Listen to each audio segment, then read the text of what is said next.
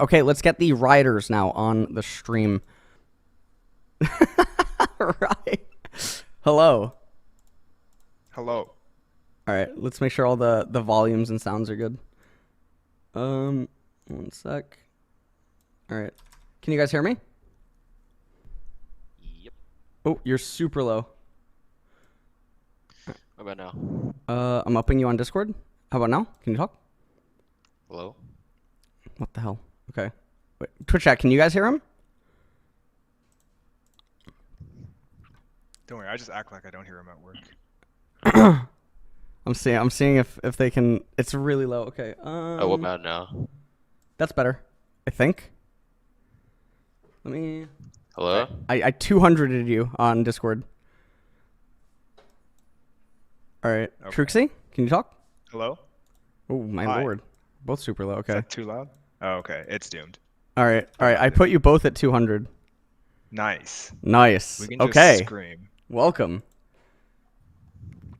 Hello. How's it Hello. going? All right. So Twitch chat, this is Riot Froxen and Riot the Truxie from the Balance team. They've joined the stream to talk about balance and pro play and everything like that. But Truxie, you were the one that made the tweet that you wanted to get onto a co-stream to talk about Yeah. a lot of the stuff. Yeah, because that was me, and then Matt just wanted to tag along for fun.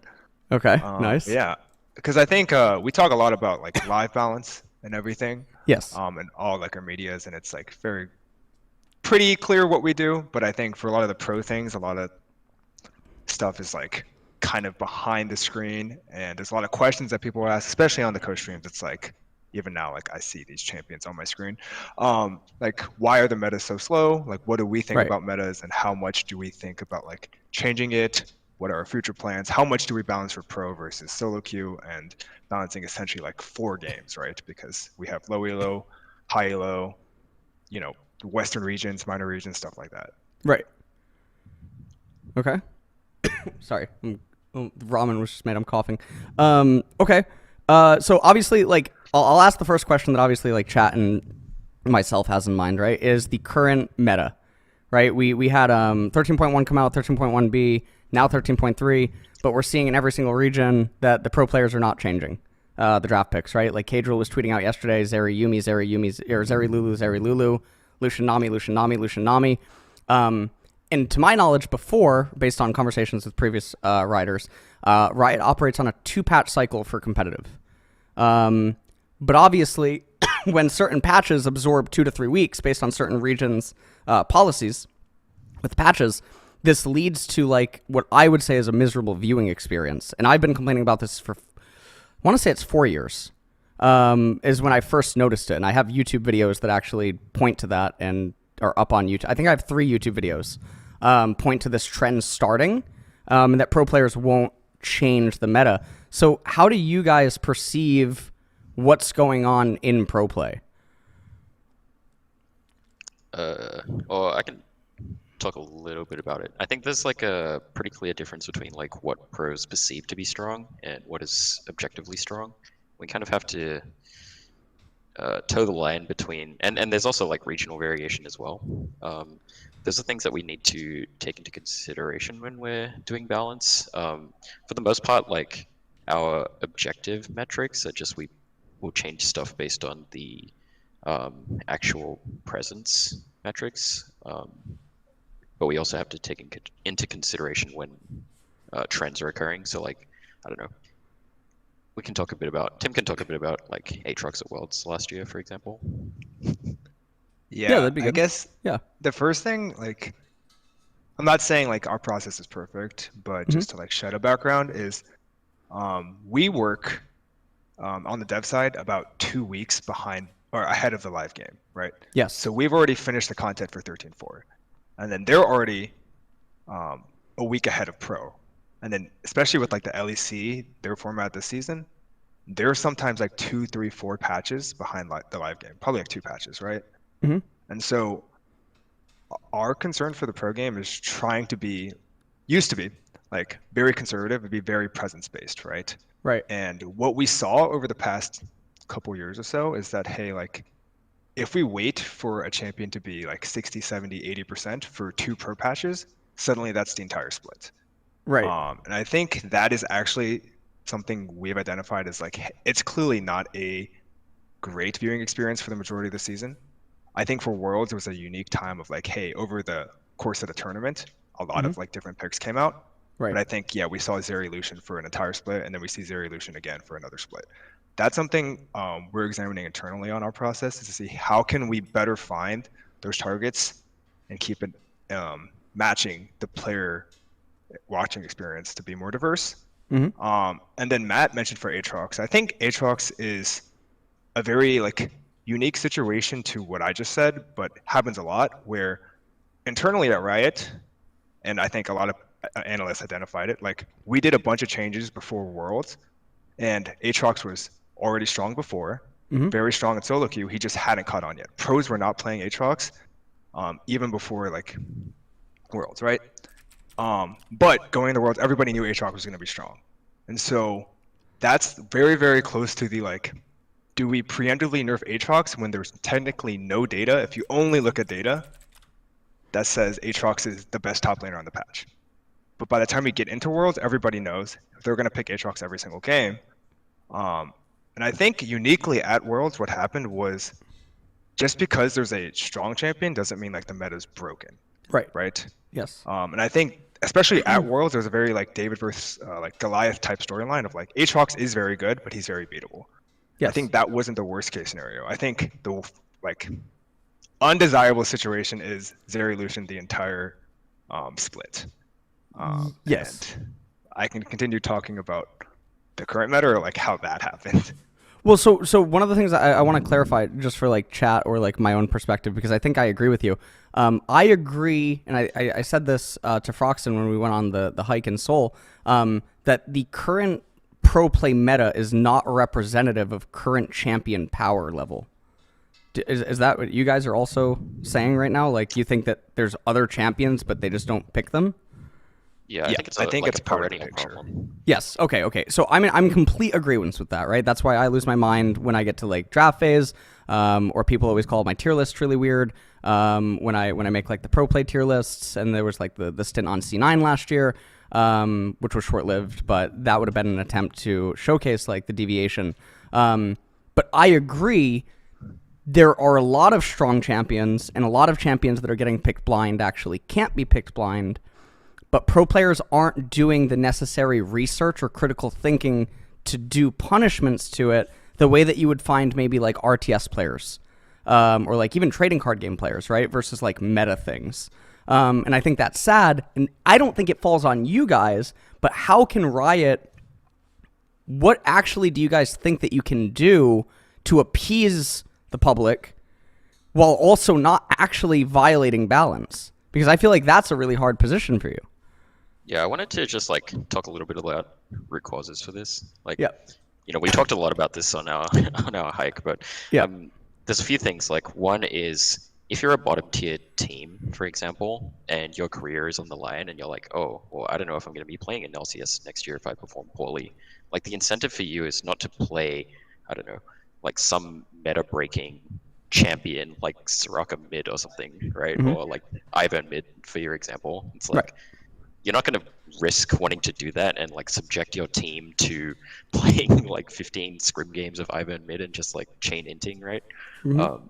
On top of the other thing we were talking about kind of was like the way that this varies in like academics. So like in academics, there's like a field of people that are doing research, and there's a field of people that are doing like practical applications, like industry. But in esports, there's not really anything like that. The analysts are also involved in practical applications, and so there's like not really anybody who's able to like push the limits at the highest level, because all of the research is going into how can we optimize the current environment.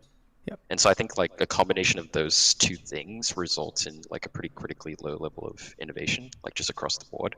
Okay.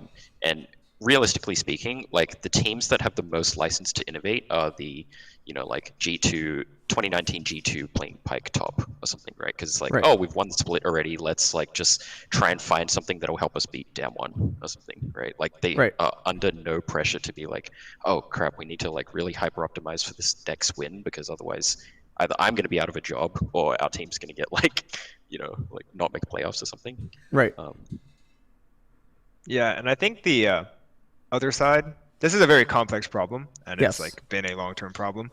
But there are two things in tension, right? Where it's like pros have now come to expect, and this is from like talking to people that have talked to pros, talking to pros directly, that if something is strong in solo queue and in pro, okay, why would we work on something that's going to counter it, right? It's going to nerf it soon, right?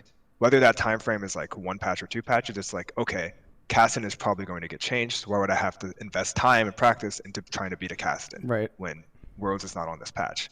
On the flip side, that says, oh, you're changing the game too fast, right? On the flip side, you've seen that, okay, if we leave the game in a state for a long time, a lot of it is up to the trust of the pro environments.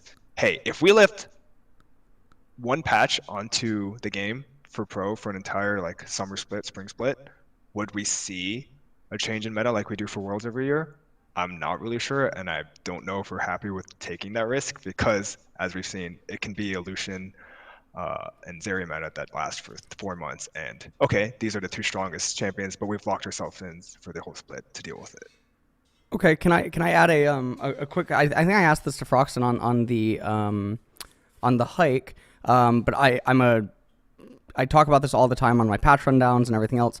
Why do you guys not try to nudge the needle in a very slight way with like I call them placebo buffs, right? Like for instance, I would classify the most recent Lee Sin change as a placebo buff, in the sense that he's getting 6 AD. He's getting 6 AD. Like realistically in mid game, he's getting 6 damage on his Q.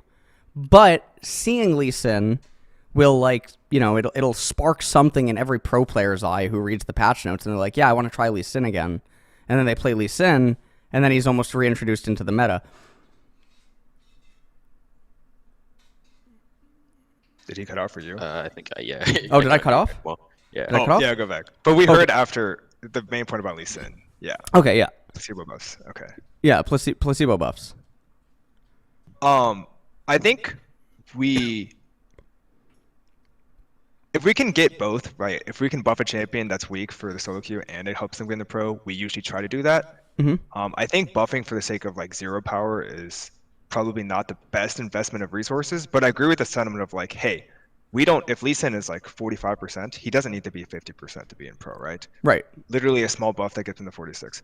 We're aware of it, and that's why we're generally cautious with those because we know they have the power of like, placebo and history. The thing is Right. like a lot of them only happen for a specific, a small set of like 10 to 12 champions, right? And so even if like we had a quote unquote placebo buff for Xerath or Zyra, these Yes. champions have a huge push to get in. But as you've seen, I personally think that like Syndra was overpicked. She was extremely strong, but then after the nerf, she was overpicked for a long Yep. time because Yep. of pro inertia and the fact that Yes. she's Syndra. Completely right? agree. So I think our stance is that we do them when we think the champion can actually use a nerf buff, but it's only like 10 to 12, right? And so we could cycle the meta, but I think for a lot of the viewer base, cycling the meta isn't really meta diversity in their eyes, right? Like we could have an Azir meta into a Victor meta into an Akali Sylas meta, back to an Right. Azir meta, and that's your year. Is that really actually the best system to get diversity? Probably not. Because of how quickly it also starts cycling. Exactly, because it's such okay. a small pool. So what? Now, yeah. Yeah. So Okay. like the long-term plan for like my opinion was that like an individual designer is like assassins are cool, like Sylas Akali, right? Yeah. I think a lot more mages. I think we should bring up more mages to the level of high-level power that like Syndra and Orianna used to have, right? Because the problem we had Yes. in the past was, oh my gosh, it's an Orianna Syndra meta. We nerf those two. Oh my gosh, now it's a Azir Victor, and then we nerf those two, or it's a quirky meta. And then you just rotate between those 6. And I think last year we saw the addition of Ahri into that pool, right? Yeah. I think doing more changes that can have like, hey, if quote unquote every single mage is a pro viable mage, then you have a much bigger pool to have in a pro Yes. cycle, right? And I think Yep. making like Vagar or I mean, I think Xerath is probably really niche. Ziggs has his own niche, but making these competitive at the highest level as well as like competitive in low elo is like probably the ideal space for mages. Okay. That makes sense. Yeah. So what on this front, what do you think, like, so to prevent the cycling of metas, I'm just gonna raise this as a point, not that it's one that I believe in, but I know that a lot of people believe in it. What is like the design or balance teams like? I don't know if you guys can talk about this. I should have actually asked this maybe beforehand, but like some people are complaining about there's not enough bans. But personally, for me, I don't think more bans do anything because all that it creates is just a new loop.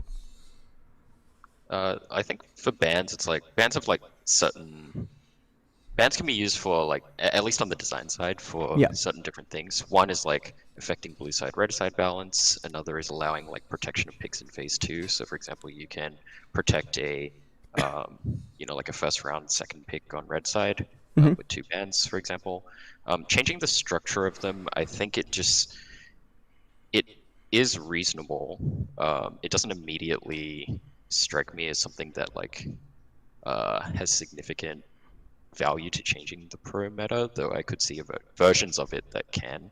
It's Okay. just one of those things where it's like it's kind of really hard to forecast the effects of it. Um, Hmm. it does reduce the stress on blue side red side balance though in general, I think, Okay. because it means that instead of like four champions that you need to ban on, three champions that you need to ban on red side, and then blue side gets one of them. It's like it increases the tolerance for that. For example, if you give first round bans. Okay. All right. I guess we can move on sort of to something that's like in the same realm. What is your guys' perception of off meta picks? Because I feel like this touches on like perhaps we share the same belief that they're not really off meta; they're just not picked. Yeah, I think it's like one thing is to define what meta is. Like Right. meta it is for example like let's say Heimerdinger was like the strongest thing on the patch and just unplayed. Hmm. You could theoretically say, oh, it's a Heimerdinger meta, even though He actually Heimerdinger is was. played at zero Right. percentage. Like Yeah. let's say Yeah. for example, right? And that is a very common scenario. Actually, Yes. like Caitlyn is probably like the most common champion that we run into where it's like we suspect Caitlyn is overpowered and no one's playing her. Right. And 2 months pass by, no changes were made to Caitlyn, and suddenly Caitlyn's 100%, right? Like that Right. that has happened like I've been on this team for 8 years. That's probably happened like 5 or 6 times. And it almost always happens during Worlds when people realize that the best teams playing for lane prio is just like the best thing you can do. And it's kind of like it's mildly frustrating to kind of like forecast that, I would say, in general. But I mean, it really just does depend on what people consider to be meta, right? Like to me, meta is just like what is the strongest thing you can play on the patch, not necessarily what is played. Right. Yeah, I think Yeah. oh, yeah, Go ahead. there's Go ahead. like two types of off meta for me, and I think both are like underpicked in pro. One is what Matt just mentioned, which is like we can see champions and we have like a long historical database of like when this champion is going to be dominant in pro, Hmm. and there's a huge lag there. And these are common pro champions. Like Heimerdinger, okay, not common pro. But Corki, I think about a year ago, we were seeing him at like the highest win rate Corki's ever been, which is like 52, 53. Like he was Yep. winning solo queue games. And then we're just like, okay, the moment a team picks this in pro and realizes that it's extremely like overpowered, oh, Right. skyrocketing presence. The same thing happens with Azir. And there's like 2 to 3 months. And so even though they're like quote unquote meta picks, it just takes forever to be discovered. And the Yes. second thing is more along probably what you think is off meta, and I kind of agree with, which is like there are a lot of powerful champions that have a good win rate in solo queue, have an even better win rate when drafting around and picked in the right scenarios. But I think this one's not as easy to solve because I think from solo queue data, what we've seen over millions and millions of solo queue games is that the biggest determination of like solo queue win rate success is actually mastery of the champion. Um, and I think, frankly, like pros have a very limited, number of games and amount of time to become proficient on these less common champions. We saw when Heimerdinger was supposed to be played bot lane as an ADC. Like a Yeah. lot of pros just like were super slow at picking that up, and it's not that they like are they wrong in not like playing Heimerdinger at the highest level. It's like, okay, if you don't have a Heimer player, you're not playing the most broken version of Heimerdinger, right? You're playing a pretty average champion that you're not comfortable with and your team's not comfortable with. So I think that's probably the biggest like gap to overcome from the like design and balance side of like, hey, if every single pro could play every single champion perfectly at the level required in pro, I think we would have a huge diversity of meta. But if you're saying like I've played 1,000 games of Lucian over my life Right. versus 5 games of Karthus bot, which one are going to be more Right, likely to right, right. pick? So, so for like on that topic though, so actually let me use Karthus bot, right? Because I'm a believer that he is just really good right now. In bot lane, we have seen him even in pro play. There's streamers that are extremely good at him, like Elo Santa, playing against LCK pros in Korea, and yet we just won't see him. And I agree with you with like the stubbornness of pro players, like Champions Queue last year, right? I'll use an example of like Malice, where Karthus, Evelyn, Udyr banned every single game in Champions Queue, and yet the entire spring and summer, those champions were never picked in LCS or Academy by anyone, right? That's really weird. But I don't agree with that pros can't learn the champions, because K'Sante comes out and in 1 week, every top laner can play him. And I have no doubt that when the next champion comes out, if it is pro, or like, let's use Aurelion Sol. I'm now convinced Aurelion Sol is broken if you pick him in the right spots. I think he's E tier in the right spots in his current state. Pros can learn Aurelion Sol if they want to. You know what I mean? Like, if Aurelion Sol was playable next week, every mid laner would be able to play Aurelion Sol. But I think the statement that like pros can learn a champion extremely quickly is very true, right? Because they climb the mastery curve super fast. They just have more time. Yeah. I think there's still an EV of picking which champion it is, right? So if it's Karthus bot and you're going to play Karthus bot in 50-60% of games, I think that's probably worth it, right? Yeah. But if you're investing a like patch of time to learn 1 or 2 champions that you're going to pick as like counters, granted, you might already know how to play Lucian, right? So you don't need to practice Lucian. Right. But say K'Sante comes out as a top laner, and you're like, well, am I going to pick to learn K'Sante, who is probably going to be good? Or am I going to pick a niche top laner that is like a Lowy, that's going to take a similar amount of time because it's a new champion to me? Yeah. Which one do I prioritize for time, right? And I think the more generic pick is going to take the like new like time to like grasp, right? Okay. That makes sense. There's another thing that I wanted to add here, which was like, this is just coming back to like human psychology, which is like, people in general want to see evidence that things are strong. And what I found generally is that people are pretty poor at abstract reasoning. Like, oh, like, URI is like, hey, we can like think of something in abstract, but without like seeing it, firsthand, it's really hard to assess like the strength of it. So it's like, oh, I can see that this strategy is going to be good, and I can like calculate that in my head as an example. But like this was a lot of Heimer people, in Champs Queue. yeah, it's like a lot of people aren't able to do that actually. Like, Right. it's a pretty rare skill to be able to abstractly reason about something and be like, oh, because this is strong, then this is strong, and so this is strong, and then that is strong. Like that's actually a very niche skill for someone to have. And my observation is that like pro players in general, like, some of them have this skill and some of them don't. I would say like, or just like people in general, right? Like it follows. Yeah, I don't think this is like a pro player thing. I think it's a people thing, right? Because this is a skill that spans across other games. I would say though, and this is why I'm so adamant about pro players diversifying away from League of Legends, as someone that comes from like a 6-game genre background, that a lot of these skills are heavily emphasized in other games, like trading cards. Like I'm of the belief there, so I use Magic a lot in my analogies and stuff.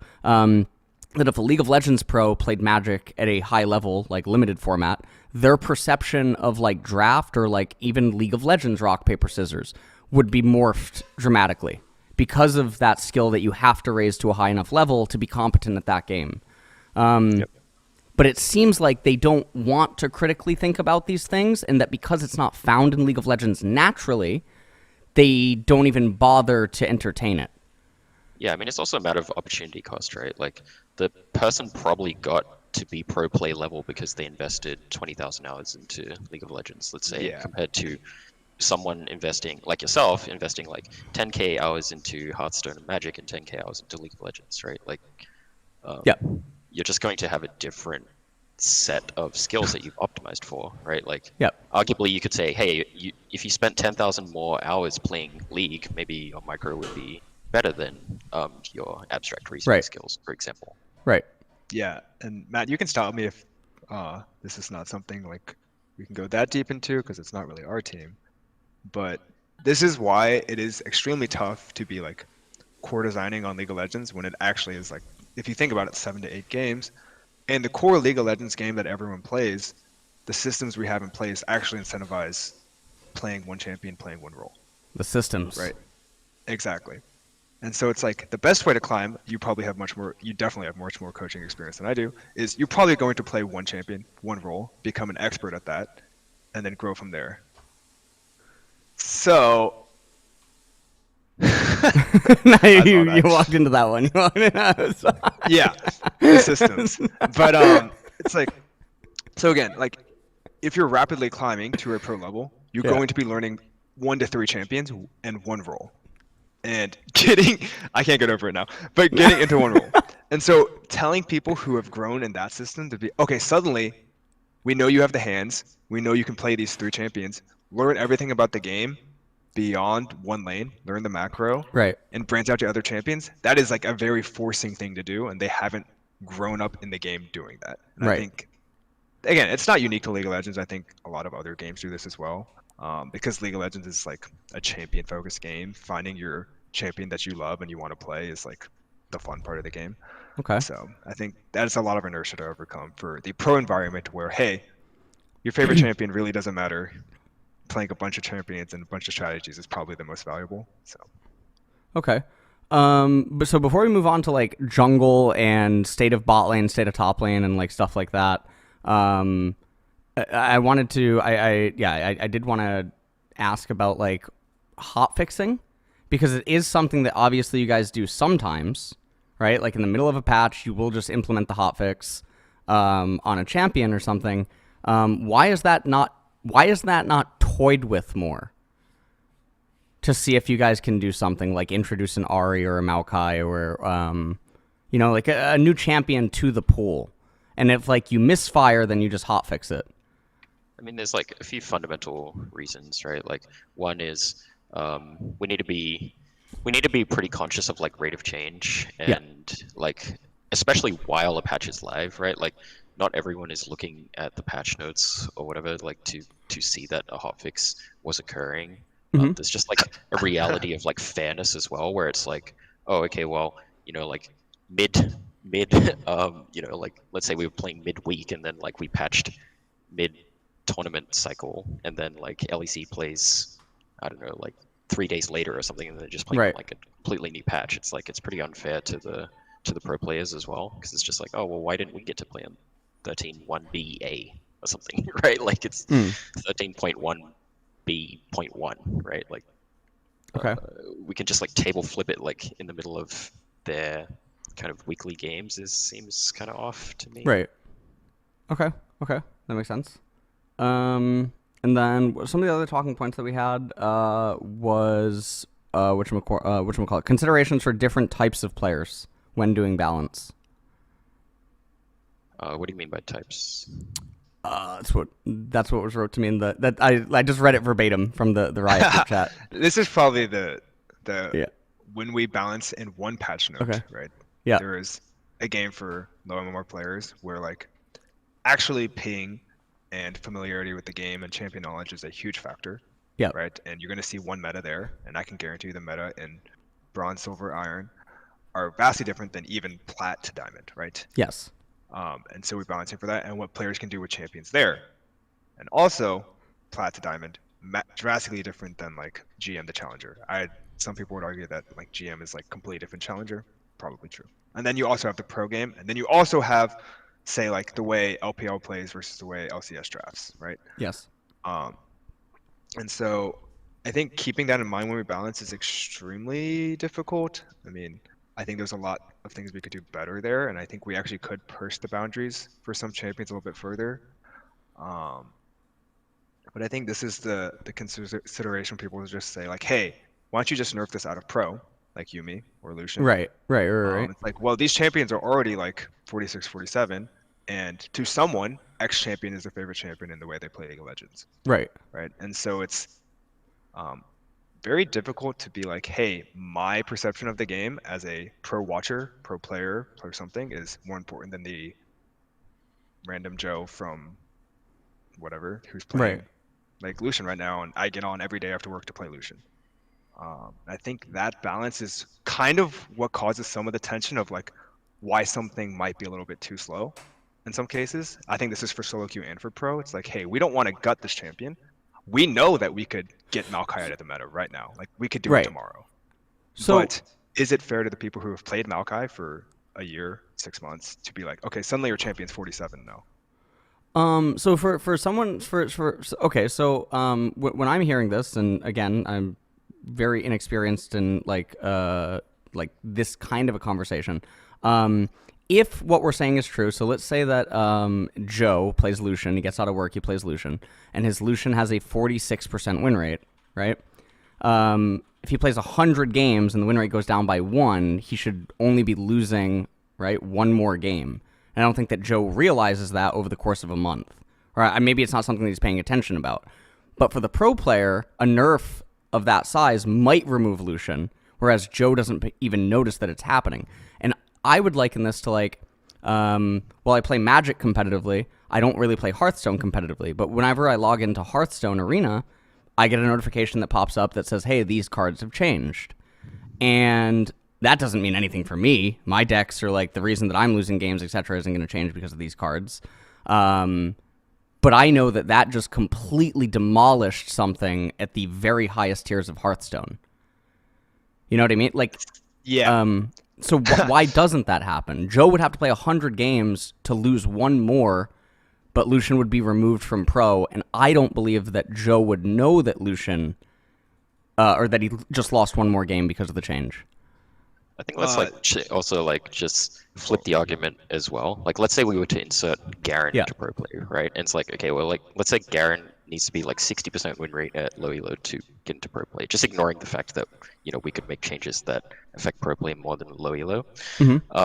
Like again, someone coming home from work and playing Lucian into 47% Lucian into a 60% Garen, just being like, oh, Garen pressed QE on me and I died instantly and I couldn't do anything, is just like, it's like that might be the primary way that they gain enjoyment from life, right? And it's like, if you're coming home and you're like, oh, well, this champion is just so overpowered in my skill bracket, and I'm Right. not interested in becoming a pro player. I'm not interested in dedicating my life to getting better at League of Legends or whatever, or even like putting a significant amount of time in. I just want to play this game with my friends. Like that's an experience that we need to value, and we do value. Yeah. And that's kind of like one of the reasons why we don't like get Garen to 60% to get him into pro play. The other thing for like 47% Lucian is just like, okay, if you're like a Lucian player and you're like, I don't know, like bronze or silver or something, Yeah. and you are playing a 46% Lucian, like your champion probably just doesn't feel very satisfying, right? Like you're hitting a Renekton and you're doing like 30 damage to him with an auto attack or something. It's just like, oh, like was this a fun experience? Like, we also have to pay credence to like satisfaction of champions. You know what I mean? Should we go down? So apart from the objective, like, oh yeah, you only lost one more game in 100 games, but like if all your champion inputs and outputs like feel very unsatisfying, it's like that's also like impacting your enjoyment of the game. Wait, this game's not over. Well, no. Can I add Also, a little tidbit on that? So for me, let me use like a random thing. Like, what was it once upon a, trying to think. Like for instance, AP Twitch, right? Let's use AP Twitch. It's popped up a little bit in some regions now, etc. AP Twitch has a certain AP ratio to one shot the back wave, right? With E. Depending on the amount of poison stacks are on it or something like that, right? Or if you alter it so that Graves' Q leaves the backline minions with 2 HP remaining. so that he has to auto it or use smokescreen or something like that, right? That's a nerf that would affect pro play, but Yeah. would low MMR players even realize that something like that's happening? Because I could use Fizz, I guess. Let's say that Fizz has 5 more damage added to W. I don't think a low MMR player realizes the 5 more damage in the health bar, but a pro player does because they're always looking for So lethal. I would actually argue that players do recognize that, Okay. and it's so this is under the assumption that pro players are perfect actors, which we've seen over the years they're not. And so a lot of the times what we see is the changes that actually move pro player presence and pick rate is stuff that feels really, really big, right? Um, and so let's just take in a vacuum, like we nerf a champion 2 AD, and we're like, okay, this is the small nerf. Now their jungle clears 10 seconds slower. We've seen that pro players will still pick that because it was really good before. It's still kind of good now. It might Yes. be worse than other things, but they're not going to try it, right? But we see the things that say like, okay, huge over exaggeration. We cut a champion's range by 150, maybe Zeri, who knows? Wow, I get in the game as a pro. I feel that that's what actually moves them, even though the win rate might actually be the same or lower than the 2 AD. So, And the people who play in solo queue yeah. also there's like millions, right, that will play these champions, and if they notice I have to take one more auto to clear every single minion, right? These Yes. are things they interact with a lot as well, right? This is like the same level of feel that they would feel in the pro level. Maybe tempo and timings are different, but we've seen that just pure tempo and timing things don't actually move pro presence that much. So again, I'm speaking purely subjective, right? Just from my experiences with like coaching and stuff, and I know that you guys are speaking from like the data and statistics side of things, and like as designers and stuff, right?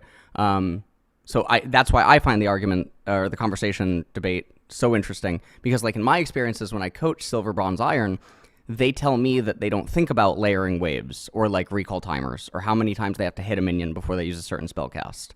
And I've seen that over thousands of hours of coaching, which is why I guess I approach this argument from the angle that I don't believe that they think these things. But again, it's only my subjective experiences.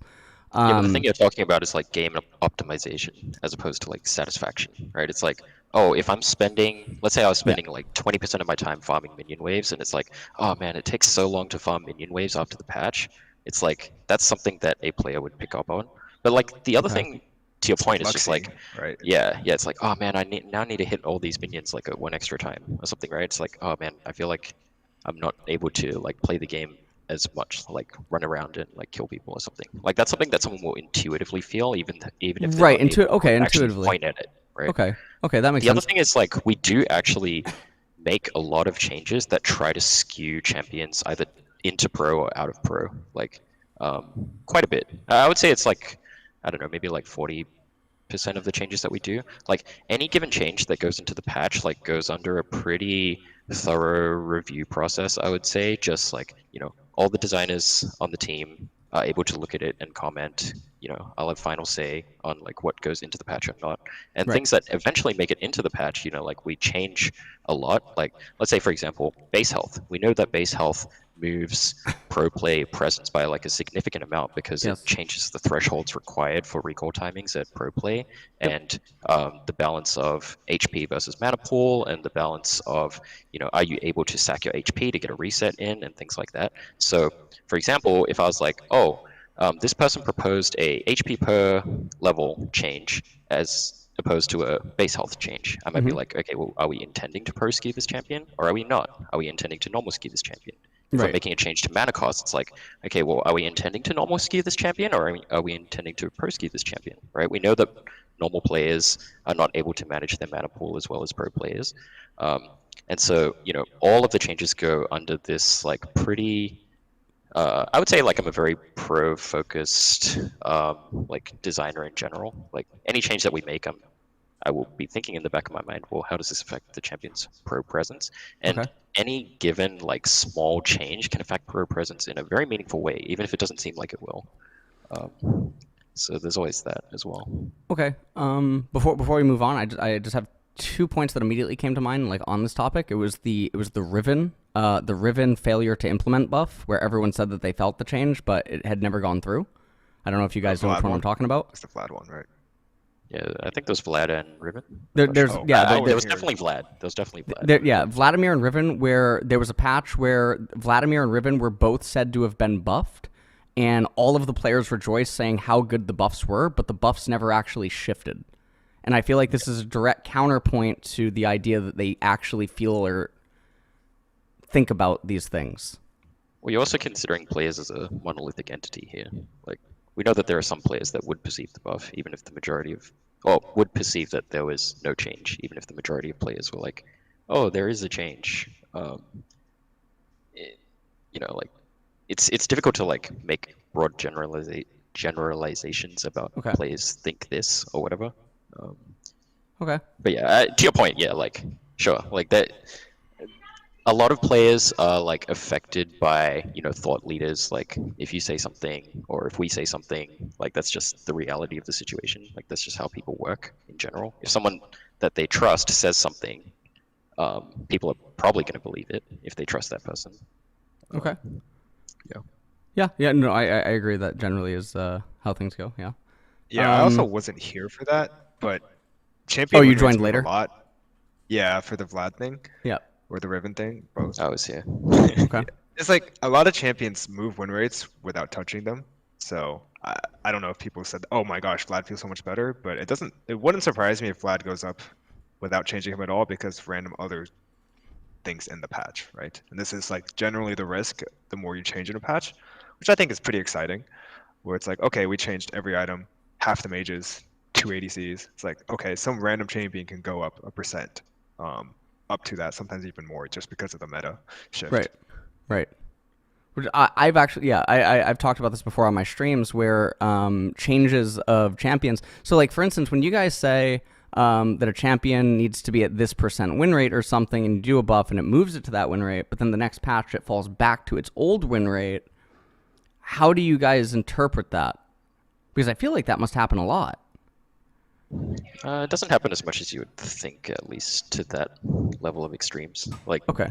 the number of games that are played every patch is like absurdly high. Yes. And so things like that will like wash out pretty reasonably. What often is hard to forecast though is like if we make systems changes. So for example, like making systems changes to the support items, or Tim is Yes. doing that, and that has like some pretty unclear effects. It's kind of hard to forecast what the second and third order effects of that change is going to be. Okay. Well, let's talk about, I guess, systems in a way. Jungle and pathing was another topic that I guess we should talk about. Yeah. The current state of jungle. I think Yeah. that there's some real legitimacy when someone's up 60 CS and more kill participation if they're the same level as the enemy jungler. What is the design approach here to the balance where things like this are existing, like with jungle and pathing? Matt, do you want me to talk? Or Sure, you can take a stab at okay. it. Well, I'm not the core owner of the jungle. I see Okay. Fox in the chat right now, but him and I have been talking a bit about this. But I think, okay, this is more his voice, and I generally believe it as well, Okay. which is like jungle is not in the long-term place we want to be right now. I think clearly it's a bit too gank heavy, and I think the reward from not farming your camps and repeatedly ganking for a kill reward, and obviously that the most common one is bot lane, Yep. is extremely out of whack. Um, that might be hyperbolic, and I think Fox, might say it differently. But generally, like the reward you get from staying in your jungle versus taking a risk and flipping a kill is probably too weighted in flipping a kill. And I think we Yes. saw some changes in the patch that went out yesterday, which is, hey, like you can't rely on your cookies anymore as much. So you can't just run around, farm gank, spam gank, and then come to your camps only when you have an extra cookie. But I think there's a lot more to do. And I think, specifically in my opinion, I think the rewards from just like assist kill XP, and snowballing through obviously getting the kill, getting the XP advantage from pushing the wave in and taking the tower plates, which are extremely high. There's a bunch of other snowball mechanics, such as like treasure hunter, assist XP, shared XP, and early game snowball that make it feel that like, okay, actually what I do in the PV environment doesn't really matter. And I think jungle being such a role that is centered around correctly choosing where to go on the map, that has made everything feel a little bit out of balance and out of whack, especially in pro, right? So Okay. I think the other thing that's like a contributor is just the red side jungle versus blue side jungle balance. Um, we made the changes to Krugs in particular that make it very fast to farm them. Yes. Um, and Gromp is like, because the pet does like AoE damage, right? Like Gromp is like quite durable by contrast. And so it's like, oh, there are some changes that we can make to that dynamic because a lot of junglers are starting red side, Mm-hmm. red buff even on red side, leashless or not, like Maokai, Vi, etc. Right. Sejuani, and then it's like pathing straight to bot. And that's something that we don't think is like super healthy because it like naturally is like a solved path, right? Like anytime something about pathing is solved, it's usually not a great game state. Mm-hmm. So we do want to address that for sure. Okay. But things like Tim said about amount of snowballiness from like getting kills early, especially when chain ganking, making adjustments to the treat mechanics, which is our lever to balance farming versus ganking. Right. All of these small things, I think, will um, end up being significant overall. And on the topic of jungle, one of the things I wanted to ask is I believe it was last year, right? You guys did a thing where you tried to make more junglers exist, right? You added like 6 jungle champions by increasing champions' damages to jungle, right? I think it was last year. Maybe it was 2 years ago. Why not experiment with more things like that? So there are a few things, right? Like one is increasing or giving champions jungle mods is like one, it's quite inelegant, right? Like we have to consider the longevity of the game as well. When you load into the game and you look at the tooltips and it's like, oh, this has an extra sentence for like an additional 18 champions, right? Like Right. that's just a marginal increase in amount of complexity required to play the game in a baseline. The second is just that jungle mods don't come without their trade-offs. Like Right. increasing a jungle mod on a non-jungler does factually increase their like on-roll power as well. Like if you give Darius a jungle mod, like he's just going to be able to farm Grump better when he's playing top lane, for example. And he's just going to frag that. Like Echo, for example, playing mid, he's like, oh, that jungle mod on the on the passive is like quite generous, and so he'll push mid in, and if he can't find a roam, now he's like hitting wolves or like hitting raptors, and he's like one-shotting the camp, right? And that is like a meaningful power increase as well. So I think it's just a combination of like the complexity and the main role balance. There's no way to add something into their like ability that this deals X bonus damage if you have smite. I mean, there is, but it's like that's also like really inelegant. Okay. And Yeah, that's yeah. Okay. I can well, okay. yeah, that one I is agree with the. that. Yeah. Do we want more people taking smite? There's a lot of things that break when you try to put things in the jungle. And Right. again, Matt can stop me. I think, you know, whenever he prefaces that, he just gets really scared. I think the reward for doing like mass jungle sweeps is like diminishing at some point.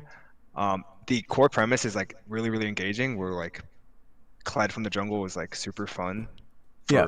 Clyde players, and it has a brand new unique pattern. Like I know August will pitch like Jin jungle always because just if you think about Jingle. the jungle pattern, it's super cool. Yeah, jingle bells. Yeah. Or Draven jungle, it's like okay, this is actually like a really cool clearing thing. Yep. But what we've seen over the years for about like half of the champions we do this for, is is that some players just like there are some like game health risks for that, right? So Okay. yeah, like we made Um, adjustments to Blitzcrank being able to jungle, and then Yes. he just became OP in support. yeah, sorry, I for just got a regular play. million messages on work and I'm distracted. No, But no, it's fine. for like there's like the Talon jungles. Like Talon is extremely cool, Yes. but when we designed Talon, the E spell was not meant to be always accessible, right? Right. So whenever you encounter Talon, is he always supposed to have a wall next to him where he can just get away for free? Mm-hmm. Or the similar thing. What was the other one that was really concerning? But Kiana? Kiana. Kiana and I think Silas as well. In current day, it's like Camille? Camille was definitely So- messed up. But it's like these are extremely fun, but they have a lot of risks. And when we have to measure on a champion per champion basis of, hey, did this actually help the game as a whole? Did it help the player base as a whole? Are Camille players switching the jungle to play this, or are we just getting okay, high elo players, this is broken. I'm gonna go play this now. Right. Okay. Um.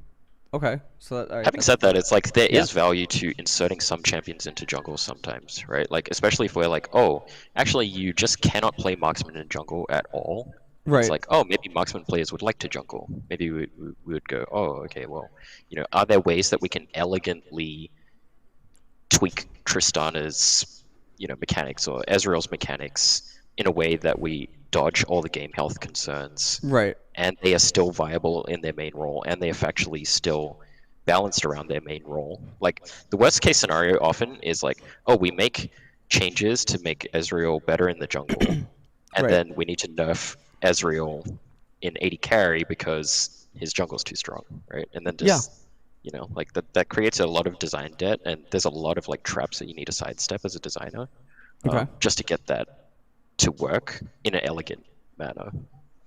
Elegant Okay. meaning like ability to read the champion and understand what it does as a Okay. player and as an opponent. Yeah. I mean, I Okay. still want to make jungle Nasus a thing, so Jungle let me do Nasus. that. Lovely. Yes. Lovely. Okay. Yeah, bring me Okay. back to season 3. Okay. Very nice. Very nice. Okay. And now, I guess we can move on to the state of bot lane, and obviously, Zeri Lulu, Lucian Nami, Zeri Lulu, Lucian Nami, Zeri Lulu, Lucian Nami. Yeah, so this has evolved in the past like 2 weeks. Yeah.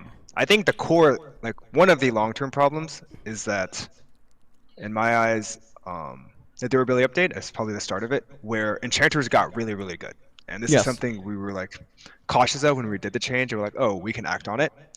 But what happened from the durability update was enchanters lost a pretty big core weakness, have a lot of great benefits. Scaling generally got better, which is why we nerfed a ton of scaling champions.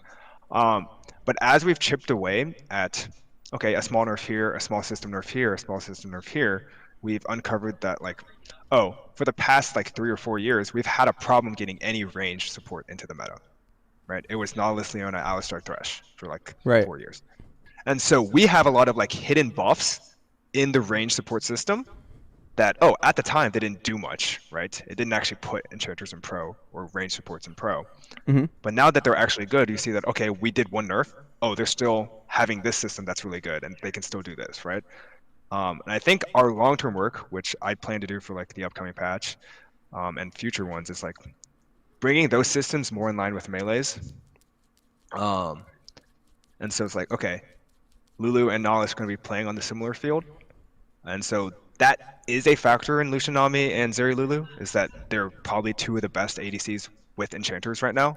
Lucian Yes. has his like insane binding, we all know this, and then Zeri is Zeri. Yeah. On the flip side, I also think that those 2 champions are probably just a bit too strong. And I think we probably need to nerf them for the health of the viewer experience if pros are not going to adapt into counters. They don't have great clear counters. They're great like handshake into each other ones, right? Right. So I think individual work on those 2, and then working on balancing the melee versus support dynamic bot lane for AD and AP. This is not just enchanters. I think Halo Blades AD supports are very good for a reason. And I think Yes. the subset below this that we need to look at even further is that the TP changes we did at the beginning of season 12 also played a factor here, Right. where in the olden days of 1 year ago, 2 years ago, you would like hit the enemy bot lane one time past river, and then the Avenger beams came down and everyone TP'd on you. Right. That's not really possible anymore, right? So having prior early and having this control to track the jungler, which every pro team can do, means that early prior is much, much more valuable. Dragon's way better. So the whole early game system has been just kind of pushed in one direction. I think evening that is a huge long-term goal. Have you considered something like I'm unfamiliar? In StarCraft 2, there's like the site towers. The like Sensor tower or the Zonaga tower? The Terran The one that shows like their outline, right? the one that shows it's like a radar signal. Yeah, it shows like a red dot and like where they're moving.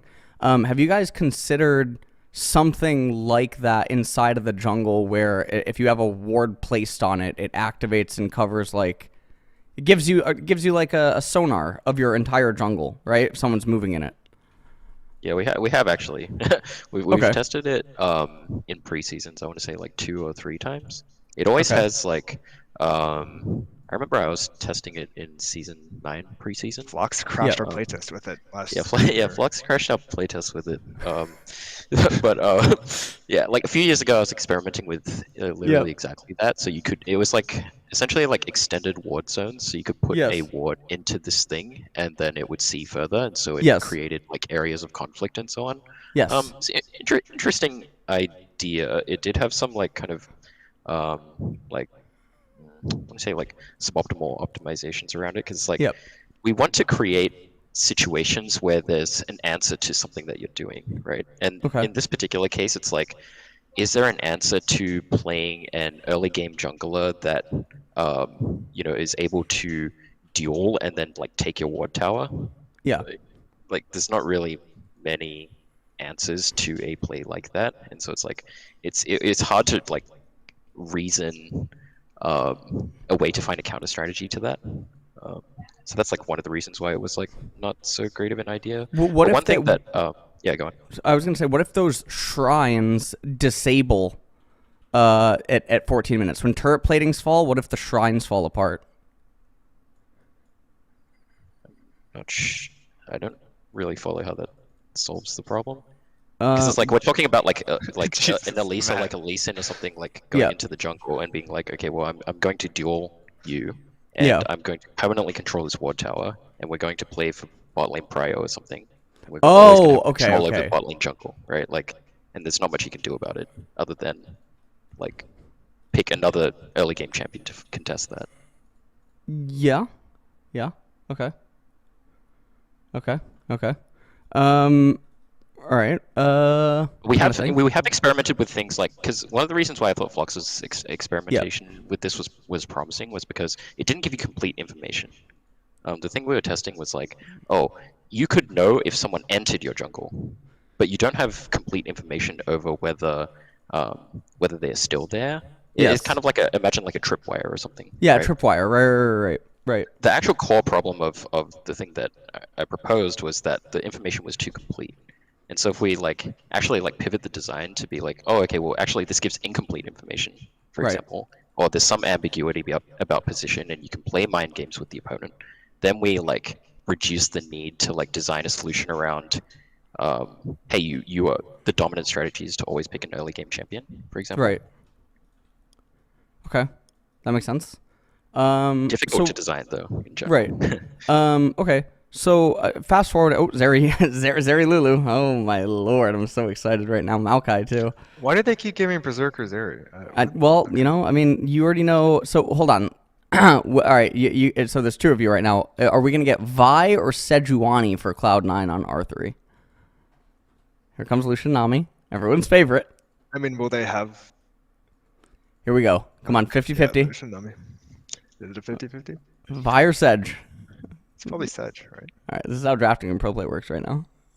I'm glad that you guys. So can this be is here what I'm with me. talking about with like. I'm glad you kind of the guys can be handshake here thing, with me for this. Which is like, since they take away Varus Caitlyn, right? Yeah. They get Zeri, right? Who said It's like, Sedge? I don't think people want to play Zeri into Varus or Caitlyn, but once those two are gone, then it's like, okay, well, I'm gonna play Zeri. It's like, well, I can lane Lucian to Zeri, and Lucian is good, so we just handshake them. Yep.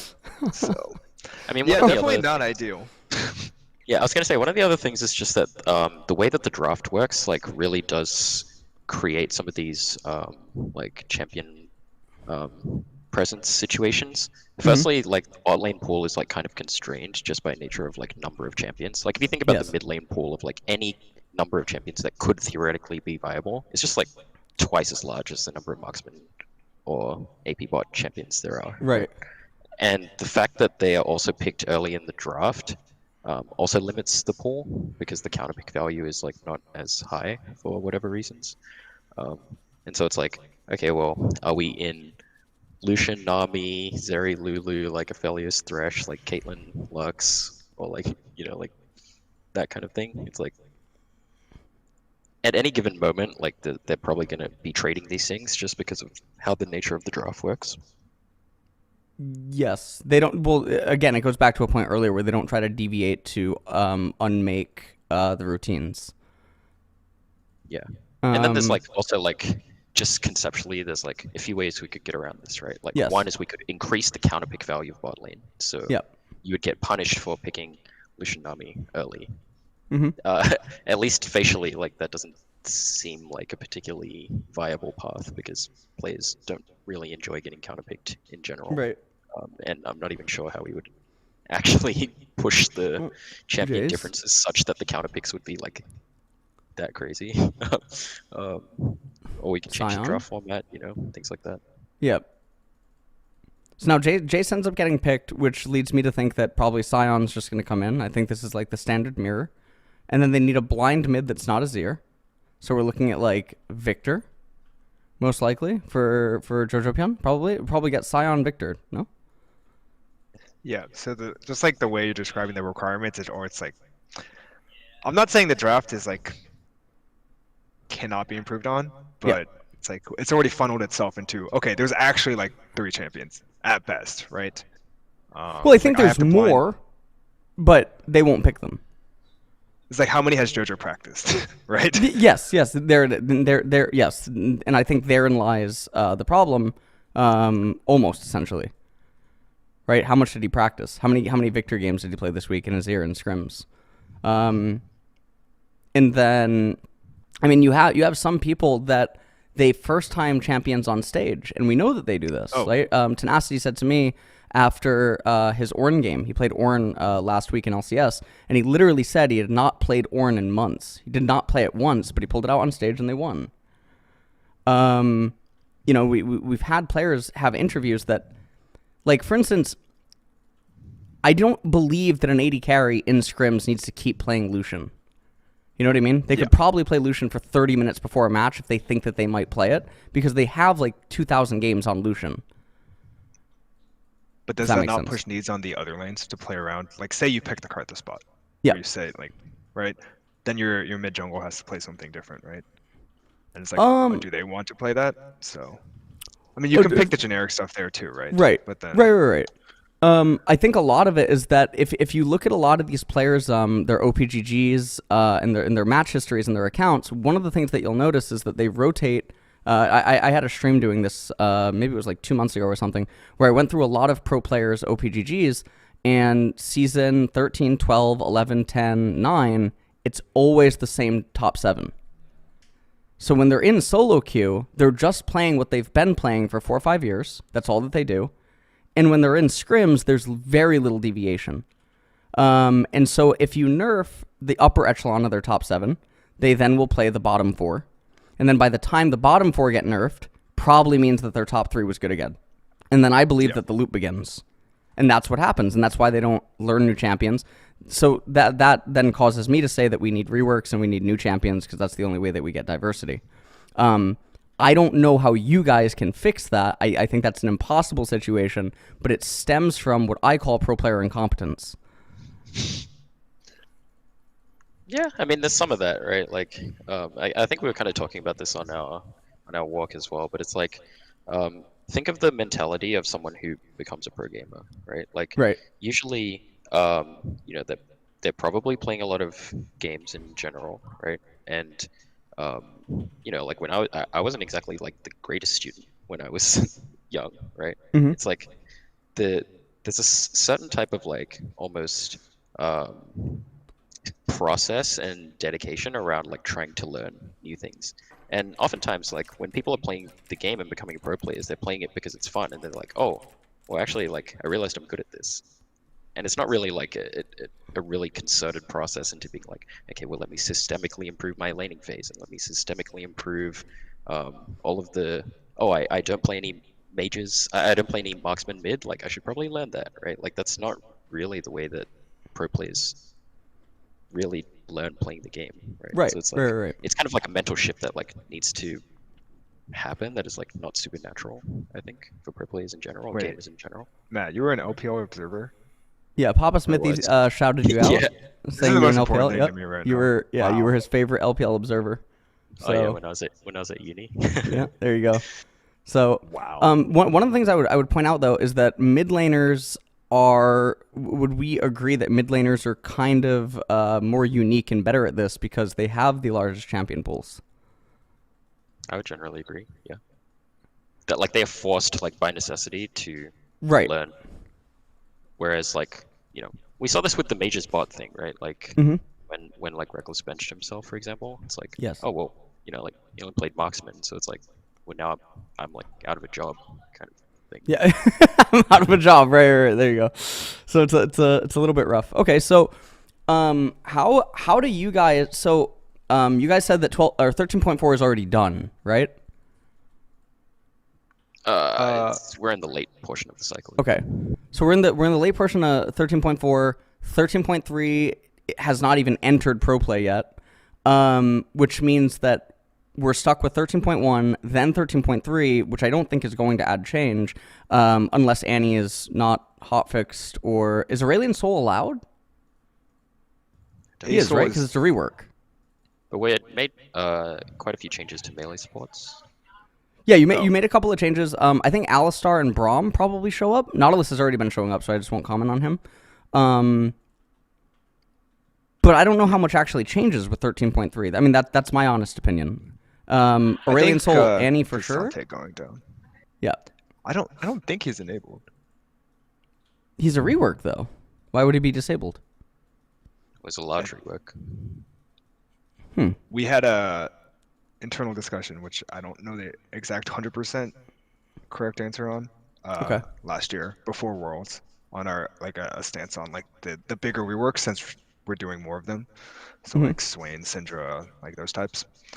So Okay. I don't have the 100% answer. I don't want to say something. So. Okay. But Flox also thinks it's Okay, not Fox also thinks enabled. it's disabled. All right, to my memory, Akali and Atrox and Aurelia were allowed Yes. when the reworks went through, but maybe that's been changed. Okay, so if Aurelian Soul's not there, it would just be Annie, Alistar, and Braum for the most part. I think are the ones, but I don't know that if that's really going to shift anything. So it for like me seeing that, doing my patch rundowns, doing all the co-streams, like there's front page threads of like Cadril losing his mind too, like me and Cadril talking on our co-streams. Are we just set to have like mental insanity until week 9 and pray that 13.4 changes something? I mean, we do think that the melee support changes should be at least somewhat impactful. Like, we also we know there's inertia for like enchanters being nerfed in general as well. Yep. And there's also like uncertainty around how the treat changes would affect pathing, and like pathing also like impacts how the bot lane meta plays out as well. So there's like a lot of moving pieces. It's like, I think the itemization on bot laners has not yet been optimized for pro, to put it True. lightly. Right? True. Yep, I agree with that So completely. Yep. would you say like would you tell me if like Zeri and Lucian are the best two ADCs on 13.3? 13.1B? It wouldn't surprise me. On 13.3. Like when it on settles. 13.3? The No, upcoming I don't patch. even think they're the best ADCs. I think Caitlyn. I think Caitlyn's the best. I think Karthus is probably the best. Caitlyn rarely gets played. Yeah. So I think like judging the power levels from the pro teams when they haven't like fully explored the correct optimization on a bunch of ADCs, and obviously the non-ADCs are still there. I think there's a lot there that can change over a longer form patch. But so like if everyone bans Caitlyn and then you end up Zeri Lucian, I'd be kind of surprised. I think it'll probably happen for the first week, Yes. maybe in the first week and a half, right? But I think there's a lot of power shifts in the background, especially because I think Nami Lucian is definitely weaker. So you have different pairings, maybe even with Lucian and Zeri. We've seen the Zeri Nautilus early in this season, but I think there's some diversity there, and I Yes. think the way we're changing the other systems, outside of mid, I don't think mid's changed too much. That we believe, a bigger chance that there's diversity in 13.3 compared to 13.1b. And then we're going to try to push harder in 13.4 as well, so we see a gradual, moderate size shift in the pro meta Right. for MSI. The actual ironic thing is like the Yeah. thing that gets played is usually not even the strongest thing. It's like the second strongest thing, because the strongest thing gets banned usually. The strongest thing gets yes, or like in the Heimer example, it just doesn't get played at all. Sure. And it exists in the game for a long time, and pro players just don't actually end up finding it. So I mean, there's stuff like that. And obviously, there's stuff like itemization, where, like you were just talking about, right? 80 carries, especially in LCK, LPL, they're much more just mimicking each other. It doesn't seem like they think about the items that they're building. And that's why I think the trends start in LEC and LCS before other regions pick up. There's things like that going on, but yeah, I think once itemization gets picked up, we do start to see some new champions. I hope. That's the main hope. But I think that even when we do start to see the new champions, the cycle repeats again, and so that's the cycle. I think is the main thing that has to get tackled. And how do you guys envision the cycle actually getting tackled? It's hard to say. I think like one thing is there's a natural like rock paper scissors to especially like mid lane, but it's not really so apparent in bot lane. I would say in general, and critically, at least at this point, like one portion of the rock paper scissors is missing, right? Which is melee supports, and so it's like you're playing scissors versus paper, which is like not exactly the most like satisfying game to play. And so Or scissors for scissors, yeah, scissors versus scissors. But it's like we do think that like having that natural balance of things and ensuring that the counters to counters and the counters to counters to the counters are available just naturally creates this like self-balancing meta. Right. And like part of that is like fighting pro inertia, because it's just like, okay, well, players aren't necessarily playing the things that are like strictly powerful. But we need to at least like put it in a spot where the players can reasonably like be like, oh, well, Nautilus got changed, so we should play more Nautilus or something like that. Can I jump in? Yeah. Yeah, absolutely. So there's absolutely. like different like levels here too. I think that's what we can do in the short term. I think, as you identified earlier, there's like a bunch of medium and long-term things that I would love to look at over the coming year and the year after even. The medium-term thing is like, I do think, as you said, reworks and like mid-scopes like that have huge value, with the goal of like, hey, these champions that are older and weren't viable or even considered before in pro, like say old Swain, are now an extra niche that you can look at. And because they're a pretty big rework or a mid scope, pros naturally like experiment with them, which is kind of a forcing move of like, hey, try this champion. It might have been good before, and it can now be added to the cycle. And so when that gets big enough, you have a big cycle. I do think very long term, we want to look at how like the game pattern is played right now, because I think that is a huge factor that's led it to feel, even with different champions, it feels like a cycle, right? You're always playing around the early prio, bot lane, you're getting the dragons, even bot prio turns into Rift Herald prio, and then the game just feels very formulaic. Right. I think that is a huge, it's something we've acknowledged, and it takes a lot of time to get right, because say we randomly put like Viomall top lane, right? That is a huge pro play impact. And so making sure we have the right one we want if we want to change how the game functions. But I think at the core level, in old seasons before the game was like as evolved and like optimized, we had more balance across the map and how you get advantages across the map. And I think that's kind of become out of whack right now. Yes. And so even though you could have 20 different champions picked, they're all going to be doing the same exact thing to win the game. And that's not the ideal. Okay. And now chat's just saying we're going to add Viomall Woked. I'm down. We can just put it, in an alcove. There you go. Just put it in an alcove. Yeah. I asked this. Oh, sorry. I don't know if this is actually something we can talk about. I think I asked Froxen on the hike, and I brought this up with Cadril. Why are maybe things not like maybe at like 20 minutes in game there's like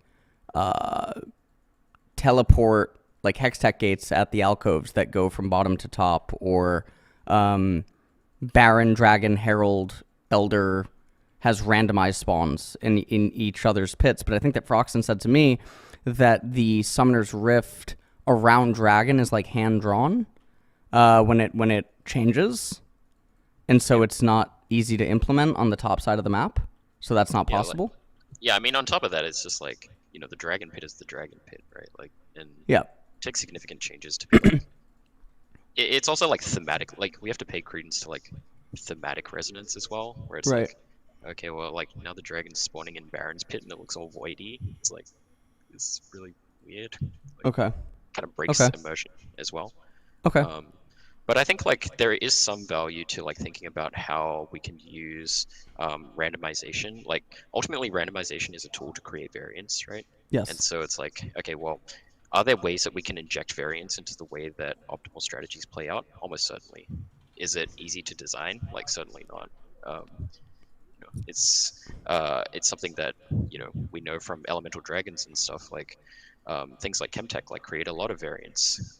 Things like Infernal, not so much, right? And so Right. it's like thinking about ways to create variance, especially in like mid to late game outcomes that players are like enthusiastic and happy with and want to experiment with and would welcome is like something that just perennially has value, I think. Okay. All right. Let me ask about one that I think is probably very exciting for people. Why are sometimes there's champions that it seems to make no sense why they don't get removed from pro? Give an example. Yumi. I think Tim kind of touched on this earlier, but it's like, we need to be respectful of the player that like only plays Yumi, and that's like the only way that they, um, have enjoyment with League of Legends, for example. Yep. Um, there are some situations where it's like, yeah, there's like no downside to removing a champion from pro. Like, oh, Mhm. their normal play win rate is like completely fine, and we think that they're like not so great for the pro experience or something. Mhm. It might be like, oh, okay, well then the trade-offs for like making that change are like a lot lower. Like for example, like Kog'Maw's win rate is usually quite high, um, but then like sometimes there are metas where it's like, oh, he's like, like Juggermore or something, like in season 5 or 6. It's like, oh, okay, well his win rate's fine, so we can probably like tap him down a little bit, and there's like not much harm done, right? Right. But certainly, the lower the champion's resting win rate, like Rise or something, if he's already 46 and we're nerfing him 3%, it's like, okay, well, you're like borderline Rise Man's like just tuned trolling in. when you're like, Rise yeah, Man's. No, hide that part. No, I Oh think no. and I think Matt summed up like the general like idea behind it. I think Yumi specifically, like, frankly, it's just like partially like my bad, I guess. It's like we just missed the mark a few times, and You just as say I've you're mentioned bad? before, it's like Oh my no, you bad, made yourself a my target. bad. It's over. It's, I'm already, it's whatever. You're But it's done like, for. sorry, the chat's just EQ now. We'll wait till they catch up. But Alright. it's like if we miss on a Yumi nerf, then hey, it's there for longer. Or if we miss on a Yumi buff that was way bigger than we wanted, it's there for a little bit longer. And just hitting that cycle is not ideal. And frankly, like it was a mistake Yeah. to like, okay, maybe we undershot a few times, right? Mhm. Also, there's a bunch of confounding factors, which is part of the job, right? And like getting better at not making these mistakes is, the point. But it's like Zeri Yumi at the same time are two extremely powerful champions. It's just like, okay, we want Yumi out of pro. Do we nerf Yumi? It's like, well, actually, Zeri's the OP thing, and Yumi's just the best thing with Zeri. So Yumi could be bad, but Zeri could be overpowered. Okay, do we nerf Zeri now? And then depending on how much you nerf each one, they can still both be present. Okay. At the same time, we also had Sivir added, right? And Sivir Yumi is also really good. So which Yes. one is it, right? Is it Sivir? Is it Yumi? Is it Zeri? Is it Enchanters? There's a bunch of systems that come together where it's like, okay, we could be 100% sure and just crater everything, but then like the fundamental like balance of the game is at a huge risk, right? Because we Okay. don't know what's going to happen. Okay. All right. And are you guys gonna do the MSI like the traditional overhaul thing that happens usually once a year? The big patch? Mid scope? Is it called mid scope update? no, those are like the small, those are like Swain or Talia or Oh, okay, Ari okay. or something like Okay. that. Um, Okay. yeah, I mean we do concerted balance efforts for big tournaments. Right. I mean, that's not exactly a secret, but we do pay more attention to it. It's not like we don't pay attention to it during the year Mhm. normally, um, but there is more focus on it, like as a general in the league ecosystem thing. Um, Okay. so we'll like have. I mean, yeah, it's just a more like concerted because we know the patch is going to be played for like multiple weeks usually for like MSI and Worlds. It's not a thing where it's like, oh, you play week 7 and it's on patch 13.4 or something, and you play week 9 and it's on patch 13.5. Like we Right. know that the tournament's going to be played for a longer period of time, and so we need to be a bit more thorough in thinking, okay, well, we think pros are going to optimize this, so like, and we know that the counter to this is this, and so like the counter to that should be So strong, and then the counter to that should be strong, so that there's like a natural evolution of the meta. It's kind of why like for Worlds, right, where you're saying like the tournament's very extended, they're going to be on the same patch at the same time. Why not make it known before Worlds that there will be a mid Worlds patch that maybe comes at quarters? And I would think that that's actually fair because we see other esports do things like this where the format changes, right? We see like poker, you might start by qualifying to a deeper part of the tournament playing No Limit Hold'em, and then it changes to Omaha. And or like in trading card games, you might start by playing draft, but then it becomes standard, or then it becomes modern, or something like that, right? And it tests your skill sets. there's two things, right? It's like one is the fairness to the pro play experience, and the second is like the viewership experience. So like let's use an extreme example, right? Like let's say that we in patch 8.11, like we change it so that like oh we announce to pros that hey we're going to be making a big change like in the middle of the tournament, and then we suddenly insert like Mage's bot lane. It's like oh well actually like now half the players are playing like pretty low quality mage gameplay because they've played marksman for like their entire career. It's like, Mm-hmm. is that a good thing for the viewership experience? Like maybe in terms of like novelty, in terms of getting new picks, but it's like, Mm. are we getting to see the best players in the world pilot the champions in a way that like a normal player can only dream of? Like, not Okay. really, right? Probably not. Okay. Um, and also, it's like it's kind of unfair as well. It's like, oh well, we had a bot focused meta in playoffs going into last year's Worlds, and then suddenly like we nerfed a lot of bot laners, and it's like, oh, it was Genji being the best, like team in LCK, and then we nerfed a bunch of bot laners, and then they suddenly went right because they had ruler diff, and then suddenly it was like, oh well, actually ruler diff is not as impactful, and it's like, oh, well, actually like that might just radically change the outcome of the tournament, right? So there's a lot of like that going on as well, where it's we want to Okay. ensure fairness for pros, and we also want to optimize for the viewer experience, and those are often in conflict. I mean, my chat sentiment right now is that like the viewer experience, like what is Riot's take when I feel like this happens, especially in summer. I talk about this every single year. It seems like games become more and more deathless as splits draw on, or like the viewer experience for like this game, EGC9, right? This is supposed to be a super exciting game for LCS. It's two of the top teams, lots of big names on both teams, etc. And yet it's resident sleeper. I would say, right, for viewers. Yeah, I have a lot of Um, thoughts on this, and we like yeah. talked about it in Korea a bit, but um, like game theory or Yes. just like optimization of games in general, like skews towards being aggressive, and we found that. I mean, it's been proven like time and time again in like Go and chess and all of these like AI Yes. like dominated Defense. games that Yep. aggression is actually the optimal way to play a lot of games, and there are very few games where aggression is not the optimal way to play. Yep. And the actual barrier to aggression is execution, right? Like, can you execute something on a razor thin edge? Can you like in chess go for a piece sacrifice and like calculate Mm-hmm. the Mm-hmm. end of to the end of the line, like that your line is going to be higher EV than playing for a safe play, right? And so Mm-hmm. like the burden of execution required to get that EV is like Right. really difficult for a pro team to do.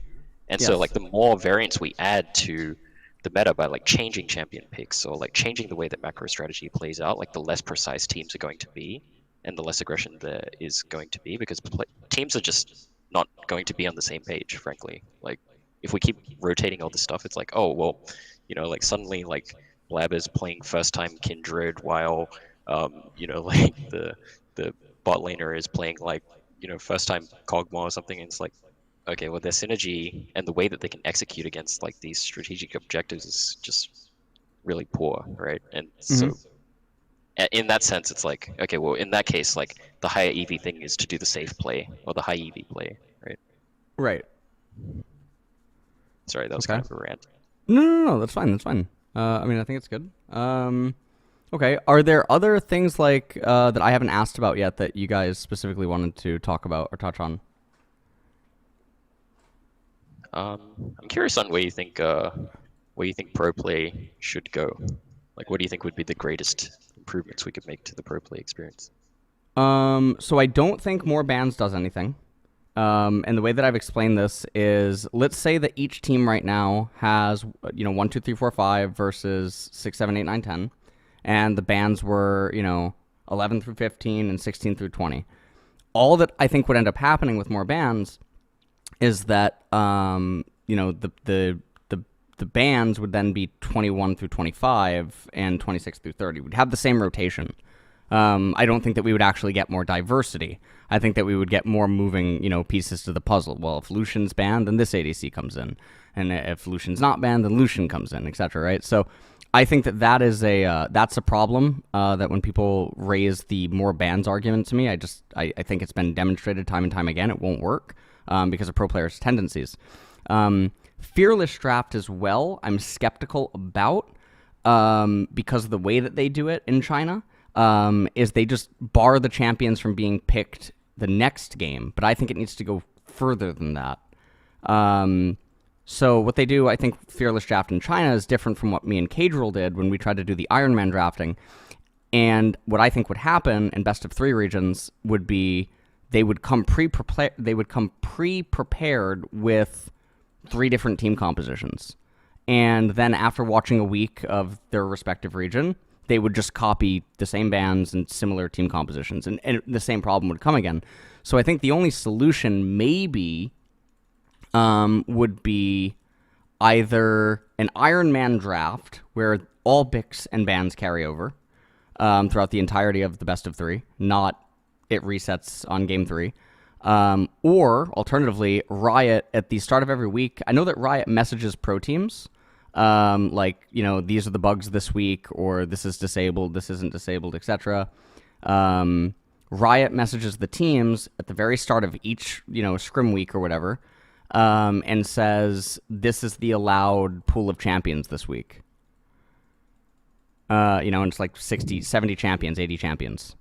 And then because all the teams are only scrimming, they have 4 or 5 days to prepare or something like that. They're going to practice a lot of champions and stuff. None of the teams can actually copy each other as the week draws on, so you get a lot of unique diversity and unique team comps. Yeah, I mean, I think something like that can work. I mean, the things that these things always trade off again is like fairness to players, right? Like if you were like, oh, okay, well, Nivea's my best pick or something, and it's like, well, now you can't play a Nivea. It's like, is that a fair environment? I mean, it's technically fair in that all teams are like subject to the same circumstances, right? But if someone else gets we just hit, know that players don't play the same champions, right? And someone might have been like a Riven one trick, like the Shy or something, and it's like, oh, actually, now you can't play Riven anymore. It's kind of like. I'm of the belief that the fairness to the pro players doesn't matter. I mean, we're talking about pro players that are getting 6-figure salaries, like sometimes even 7-figure salaries. The viewers existing and their fan bases are why they're allowed to be pros. I mean, I'm not ignorant to this too, right? If the internet goes out tomorrow, my Twitch gets banned, I don't have a career. I'm not going to go and make the same money, right, that I'm making right now. I need Twitch chat. I need Riot Games. I need the balanced team. I need all of these things. I'm not ignorant to this. Twitch chat. Well, no, I mean, quite literally, right? The pros, I think, are ignorant of this, and that they're not. They're not. I mean, they're the product. They're not the. Am I saying this wrong? Like, they're not what should be the main concern, I think. Because without the viewers, without the fans, without the the YouTube clicks and the retention, the league disappears and they're up Schitt's Creek without a paddle. So I don't care about the fairness to them. Almost, Yeah, I mean, I can see that perspective. Yeah. I'd say like my view on this, is that we're kind of in the lucky position that we're live designing a game, right? Yeah. And so at the core, everyone who plays the game plays League of Legends, and we want to serve every player the best we can. Mm-hmm. And so I don't think we would want to ever make that statement. Um, and so if there's a world where, hey, as organically as possible, I can play League of Legends and transition into pro and be successful playing the exact same game, having that like same fun. While it's also fun to watch, I think that's the ideal world that we want. Mm-hmm. And it's our like this is why the job is hard. It's our Right. task to try and get there somehow. And I don't think forsaking any player base or any player, whether they're a pro or not, is going to be the best answer that we would ever want to pursue, right? Okay. And so like, yeah, that's basically the core answer. Yeah, they are paid to play the game, but I think there's also a conflicting thing of like, we can force diversity in a million different ways, but we Okay. also want to watch high level League of Legends, and like good play.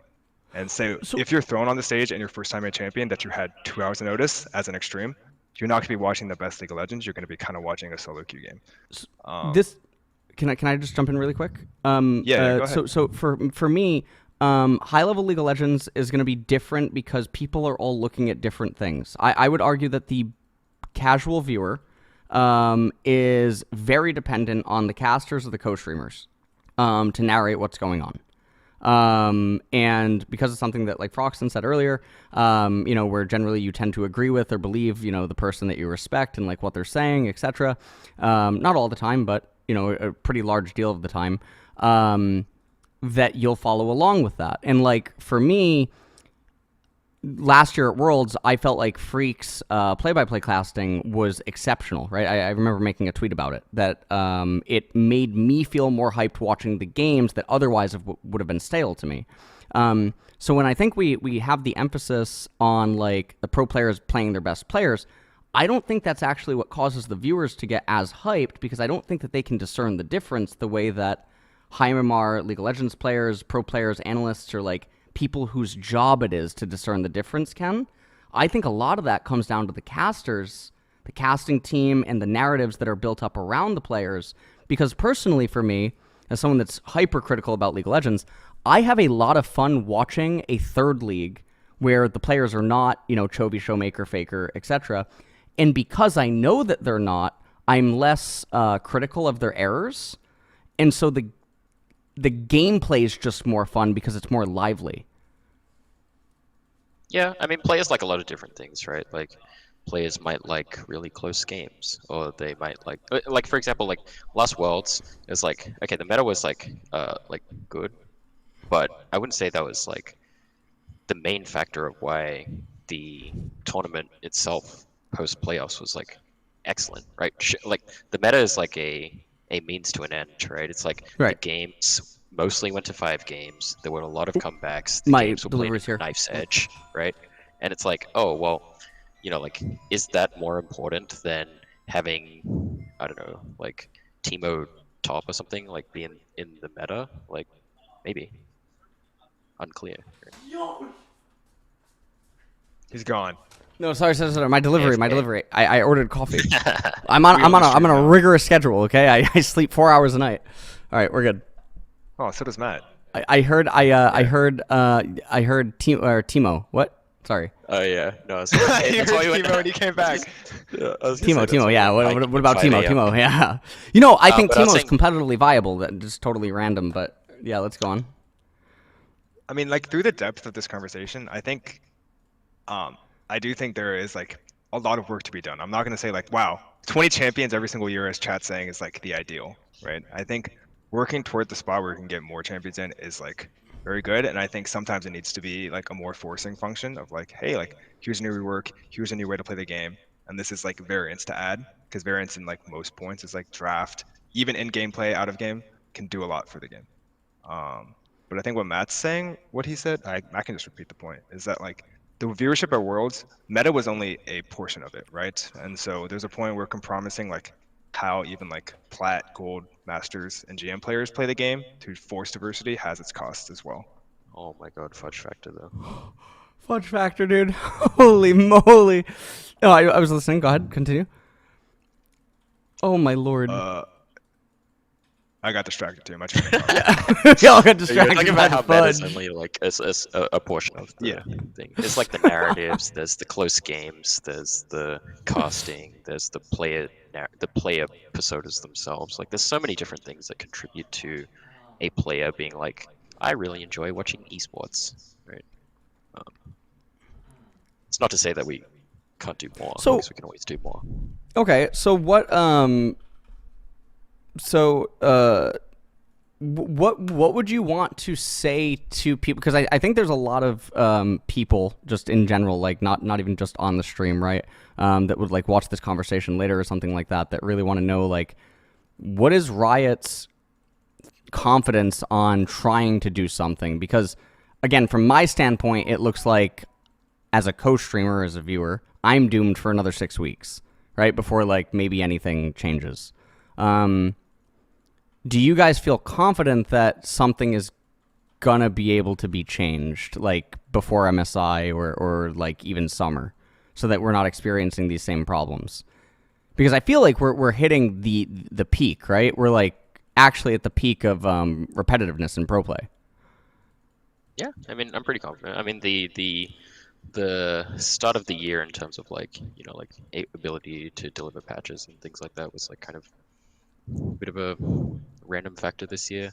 But also like I just generally think that like when the bot meta changes, when the jungle is stable, like we've just come out of like a pretty significant amount of changes for the jungle, for example. Yeah. And jungle meta does inform bot meta like most of the time. Um, been doing this for a long time. We've very commonly been in situations where, oh, the meta's stale, but then, eventually we'll fix it. I feel pretty confident that this is not close to any of like the quote unquote worst balance problems we've ever seen. Right. Like not even close. What do you think was the worst? So yeah, I'm of the opinion that League is actually in. So I said this to Froxen in Korea. I am of the opinion, and this is why I think that you guys have a really hard position. This is why your position is so difficult. League is in one of the best balance, if not the best balance. I actually think it is. It's in the best balanced state it's ever been in, I think. In terms of how many champions are actually strong, not what is reflected in pro play. And it's awkward to try to approach that and mess with it in a way that undoes it. So I'm not sure like what the approach is. But this goes back to again, the champions that we're seeing are not necessarily the best ones. I mean, I think there's something to the idea of, I don't know, like placebos is like kind of a interesting way of putting it, but like there's certainly like a lot of like communications we can do that would also like open pros' minds to like the possibility of like different things that they can play. It's like, Yep. even just like creating a lot of content about it and creating a lot of noise and being like, hey, actually you can play these different things. Like oftentimes it's just like the amount of like discourse over a topic is what like causes change. So I do think like continuing to talk about it, kind of like the same way, I think like the Leandri's, what was it, like Leandri's Morello's conversation was going like a few years ago or something. Oh, a few years ago. Like, Yes. when it eventually gets to a point where it's like, oh well, actually now like team GMs and things are like, oh well, now you have to play a bunch of different champions. I don't know, like that's a stupid suggestion, but like, like eventually like the public speaks, right? It's like um, things like that, increasing communication about like what is potentially strong, Right. creating more incentives for innovation. Like for example, like one thing that's quite difficult as a pro team is to like defend an innovation, because like let's say you spend like 5 scrim blocks to like find an innovation. It's really difficult to defend the innovation because someone can just ban it, or someone can just copy you. Like you've done all the hard work and someone swings in and steals it. Like that's also like kind of a difficult problem to get around as a pro team. Right. What was the worst balance meta you had? Right, you've been here forever. Yeah. What do you think is the worst balance meta? Oh man, I need to think about it. I think lethality in season 7 was like quite difficult, because it not only was it a difficult thing to balance for pro players were getting one shot by everything, like Jin, Misfortune, and it was new at the time, so people were like, why are these 80 carries one-shotting me? It's kind of kind of crazy. And then like Ardent meta, I think was like quite difficult. You Can you didn't tell like the Ardent? story about Ardent Meta? Sorry? Can you tell the story about Ardent Meta and how it happened? Oh well, Ardent meta we were like pros were playing tank supports all the way up into playoffs and into the qualification rounds, and we hadn't really made a change to Ardent since like was it 7-2 or 6-2 or something? The Mm-hmm. 6-12? I forgot what it was. Um, but then yeah, I mean the item was just in a like a very strong state, but like no one was playing it? Question mark. And then it just became like the strongest thing. It's like, oh, well, actually, like this is the strongest thing you can do. And then by that time, it was like too late. It's like, Right. do we preemptively change Ardent because we suspect it's really strong, but no one's playing it? It's like the demonic conversations that we've been having internally for like 6 to 8 months. It's like Demonic we've Embrace. yeah, like we've known demonic's been in a very strong state for a very long time, right? Like this is Right. 6 to 8 months now, and we've been getting into a lot of arguments about it internally. It's like, should we nerf demonic? Like nobody is buying this. First item demonic is like so powerful, but no one's aware of it. It's like, do we nerf demonic? Community would be like, oh, we nerf demonic, and then everyone's like, huh? Like, why'd you nerf demonic? But now if we nerf demonic, it's like, oh, that makes sense. Well, actually, like Maokai um, and Mumu and Zac and all of these champions are like really strong with demonic. So it's like, do we balance around the perception of balance, or Could what is like, objectively strong? could you give me another item that you guys have on the radar that you guys think is not balanced, but it hasn't reached that point yet? Well, like Radiant we knew was strong before, Okay. and that took a while to catch on too. Let me look at the item list. I'm gonna get my coffee really quick. One sec. Dude, EG1.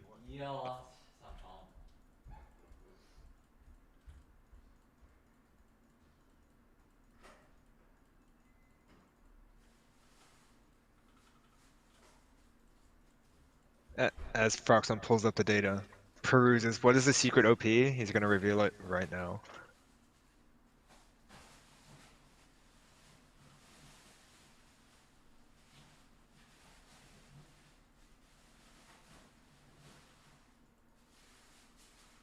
I mean, I don't have this data in front of me. I would say Roaceros. Yeah, I mean Rosarius, but that picked on pretty quickly. Uh, I think Navori, I think we know Navori took a while, Navori but is that really was quite strong. fast though. I mean, Manamune was like strong for a very long time before it picked up, I think.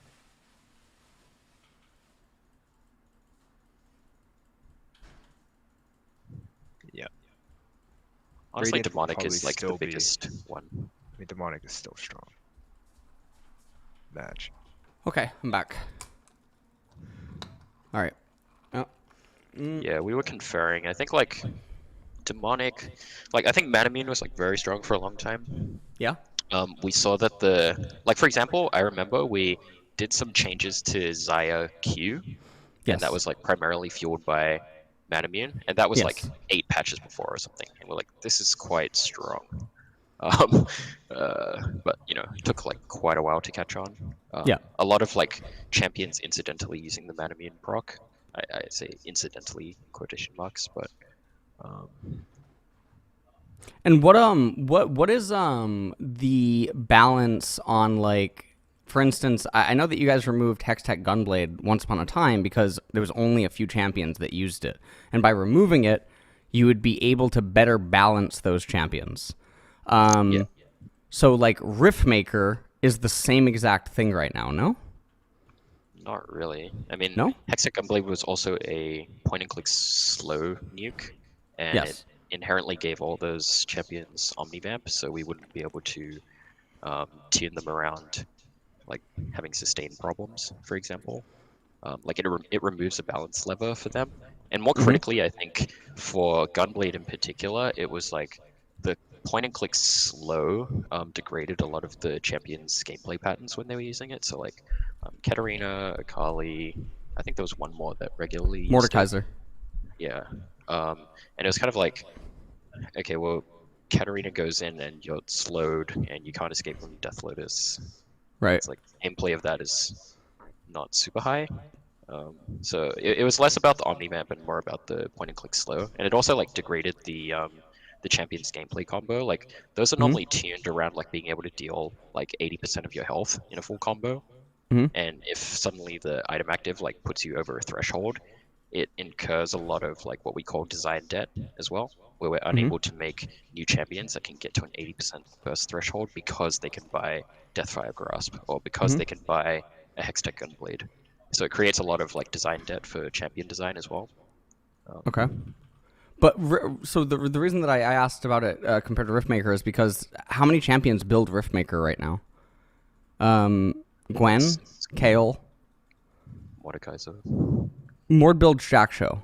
No. Yeah, Jack sure Riley's, but he should theoretically build Riftmaker. Yeah, We do Weak Okay. think Adam Riftmaker's is a little weak as weak, well. but also I think the weird thing about Omnivamp after the new items, the mythic items, is that Yep. like it doesn't work for mages. Right? Because like We should Omnivamp is so elaborate on heavily that. taxed on AoE.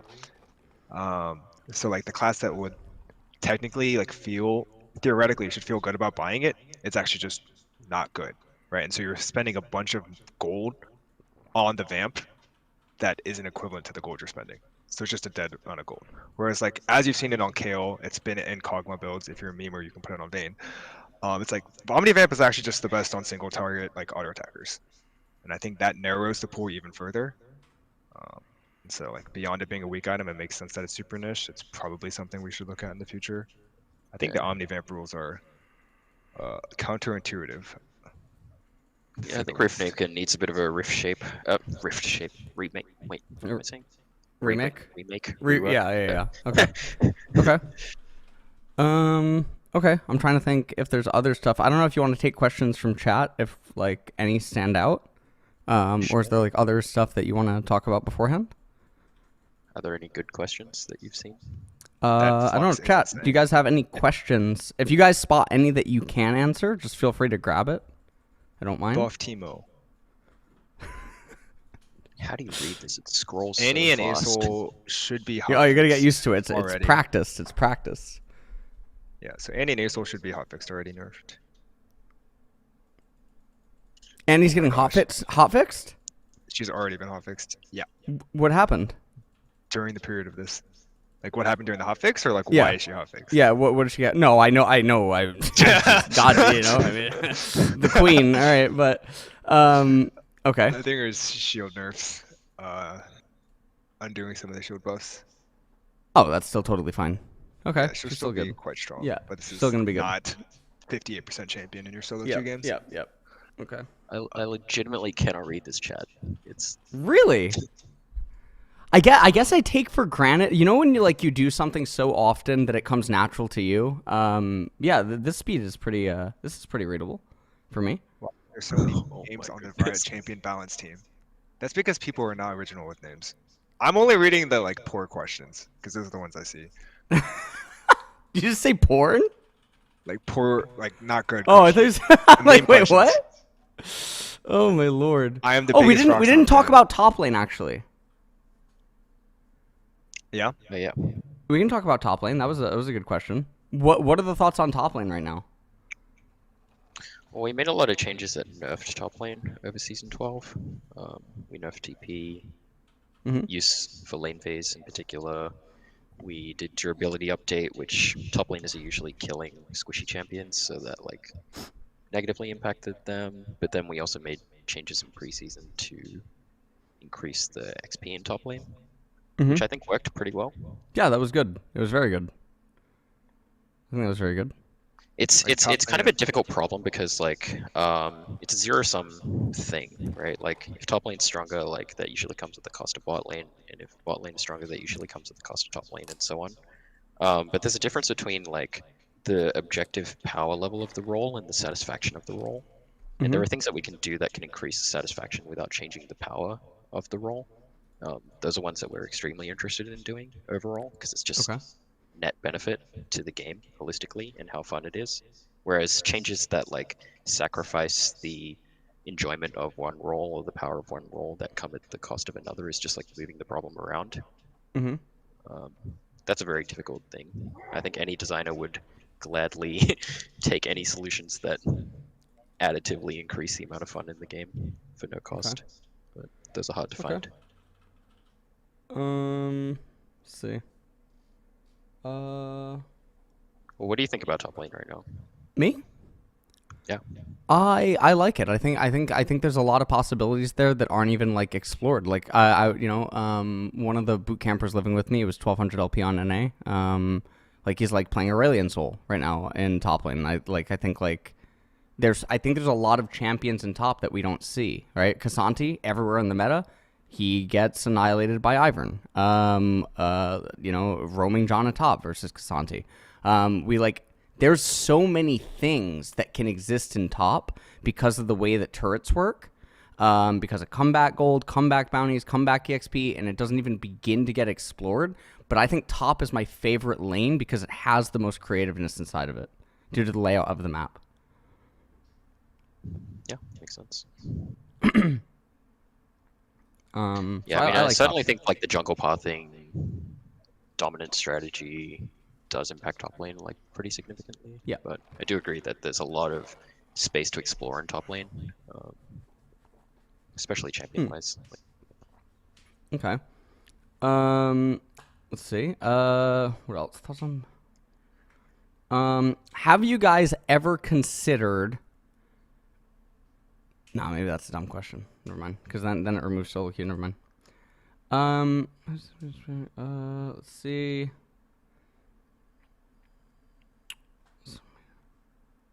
Oh yeah, thoughts on the state of mages? Oh, well, Because I think they suck. I've been pretty I think pretty they open also about suck. that. Yeah, I think they suck really bad. I think their item diversity is non-existent. Um, Also, they have bugged items.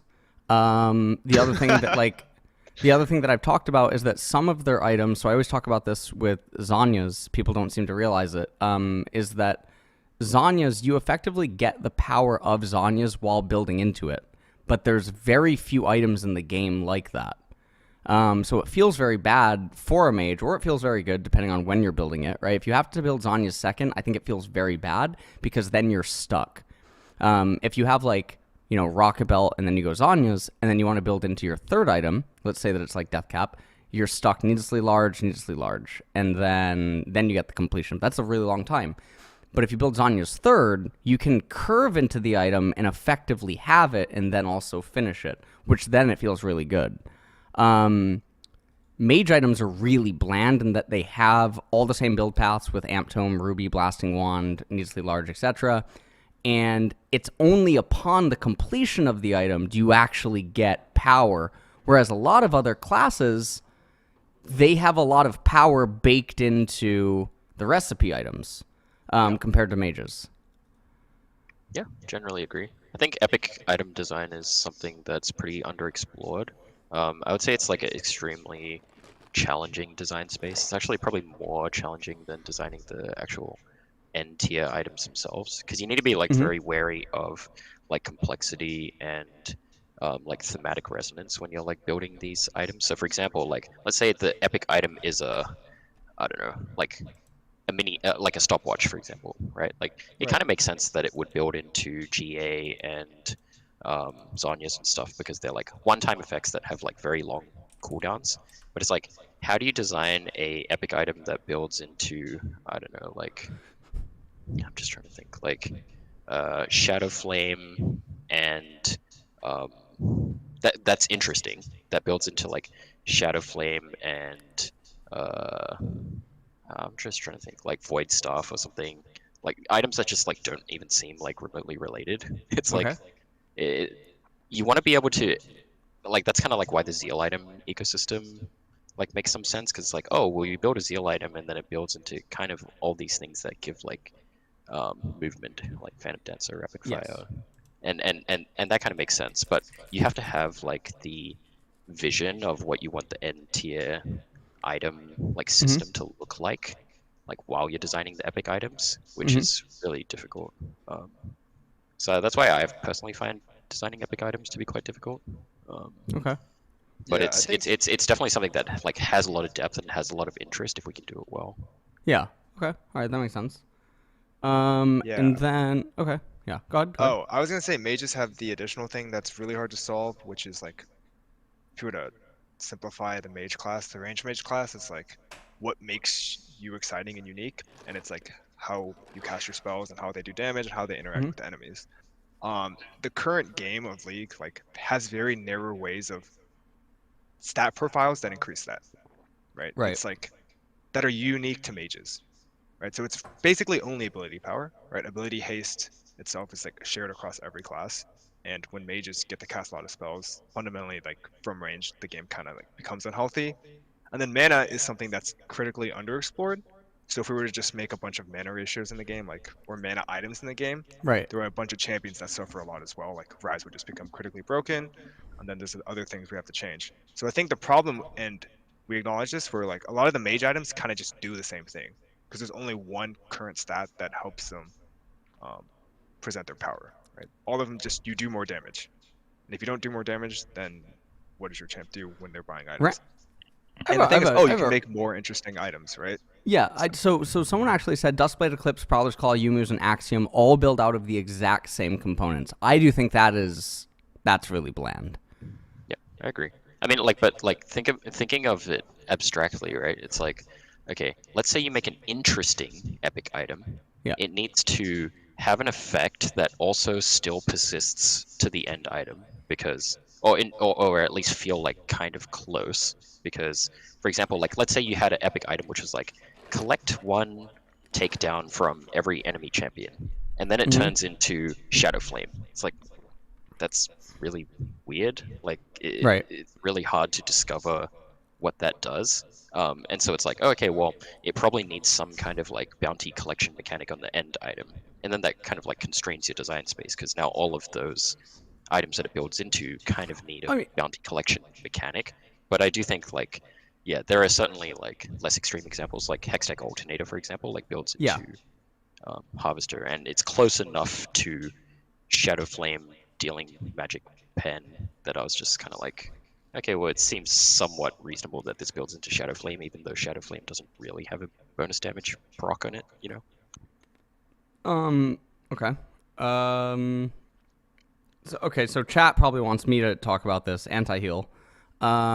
Because obviously, like Leandro Morello, whole thing aside, I am one of the largest anti-heal haters in the game, and that I think in most cases it's actually just poor purchases with like how it is, and yet it's very weird because I feel like the numbers and the practicality do not actually support the idea that it's problematic. It just is. It's an isness, right? Like those champions are here. They picked healers, or they picked champions that heal.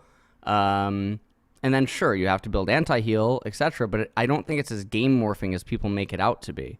And I'm very grateful that like Chempunk and Oblivion Orb and all these other things got those stats on them now, so that I can farm, Twitter karma more often when people build these items. What are your guys' stance on anti-heal items in general? Because it almost feels like you're being bullied by the public at this point.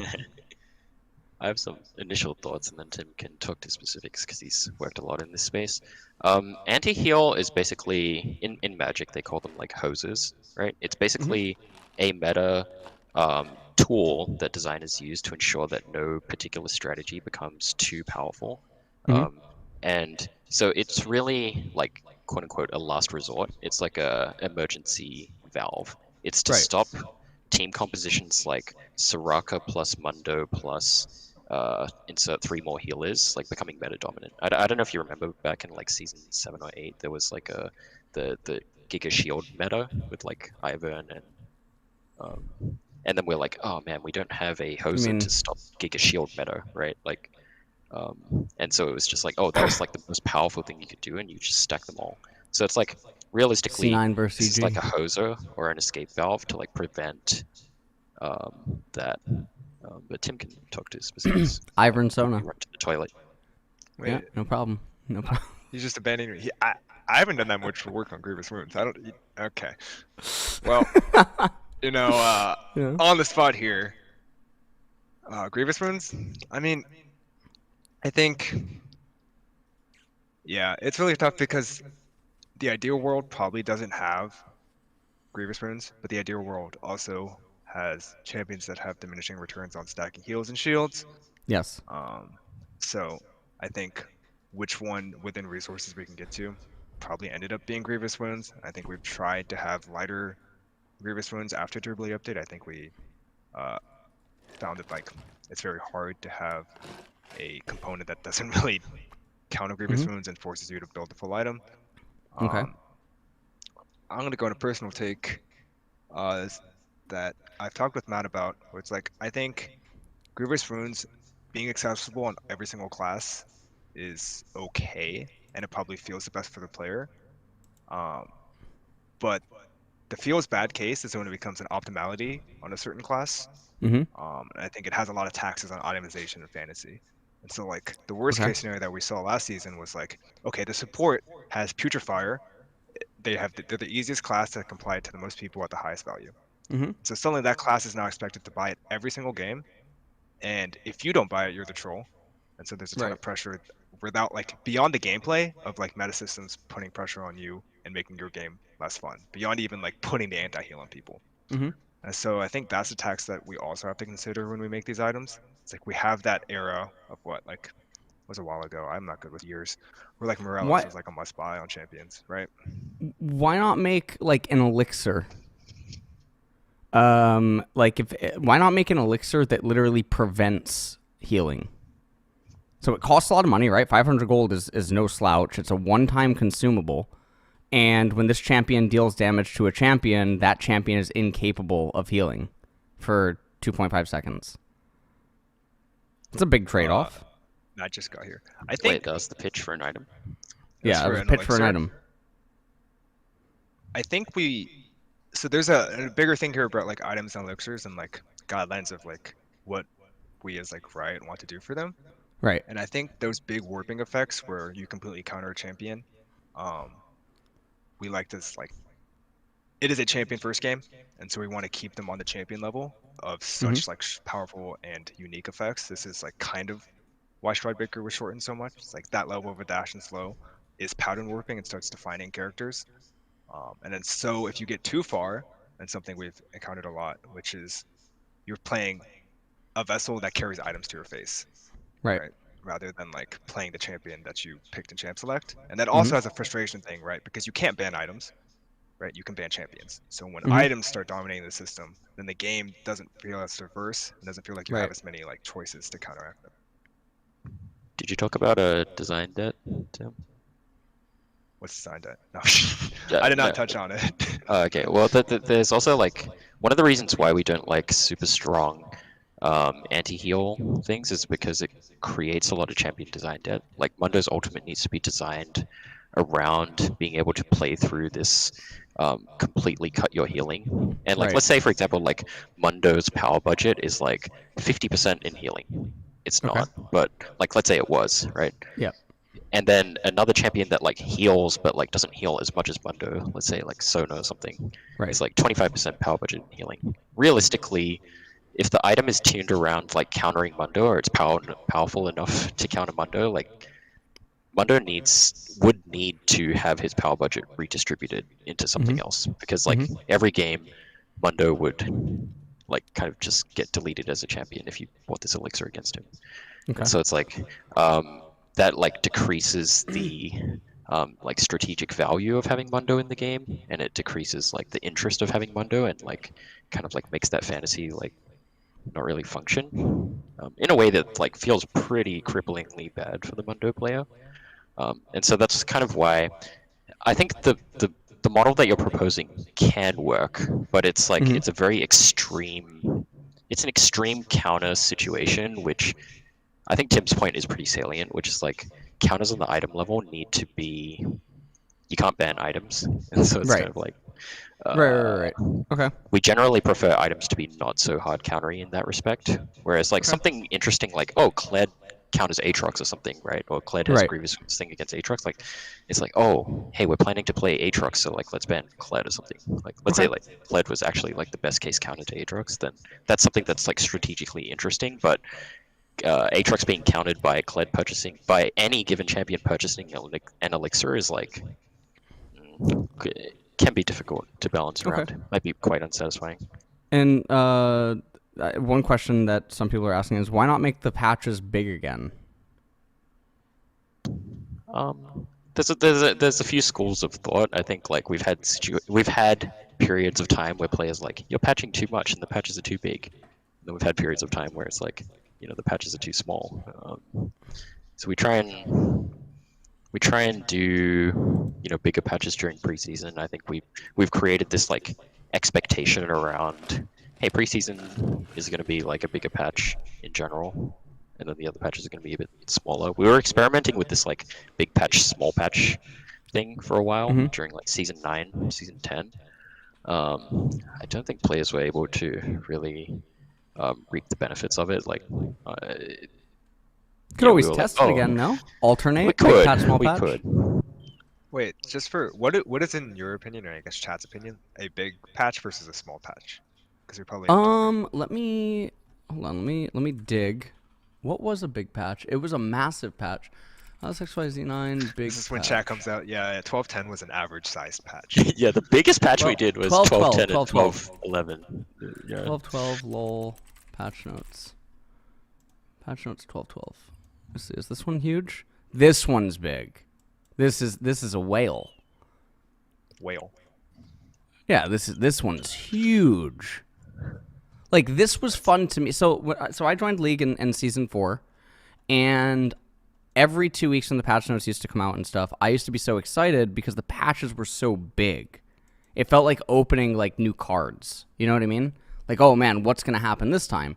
So like this is season 12, and then sometimes you get patches where it's like there's 4 changes. Like what was a 4 change patch? 1223 patch notes.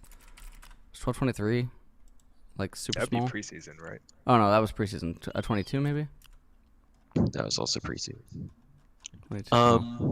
But yeah, like point taken. Oh yeah, I mean, this. I don't know the items update. Okay. I mean, there are certainly changes. There are certainly patches where like a lot of stuff changes, and there are patches where like not that much stuff changes. I think like, ideally we would want to be able to like do large patches. Well, okay. I'm just thinking like These ones are all realistically, actually like pretty big. I think season 12 was good for sizable. Yeah, I mean these are whales. like going back to the goals of a patch, right? Like the goal of a patch is to, at least the way that we see it on SRT is like to shake up at the game in a way that will like change some optimal strategies, address balance outliers, and like give players new things to play with, right? And so we want most patches to like deliver on that. Okay. I think the amount of changes required for that to be true is around like 10 to 15 changes, probably. Yep. Which I think we mostly do, at least around that many. Chat trying to saying see. rise on nerfs every patch. Disparage. What is? Oh my god. 1118. Okay. What happened to this? What happened here? 1118. Like what? Okay. What did we do? That was a juicer. Okay. All right. 11. What did we even do in that? Yeah, patch? like this is small. This is like Oh, that was this a world's is patch. That's why. 1120. This one's super small. This one. Yeah, because that's like post worlds. Yeah. Like normally we don't want to make a lot of changes to the pro practice environment Right. because when they're playing solo queue, it's like I'm trying to practice Talia for worlds finals, and it's like Talia's just been like extremely nerfed, right? It's like Yep. really hard to practice. So we try and be a little more cautious on that. Well, this is the first patch I worked alright. There you go. 15. I think the first patch I worked on was like 4.2 or something. This one's bad. Nice. This is like there's nothing here.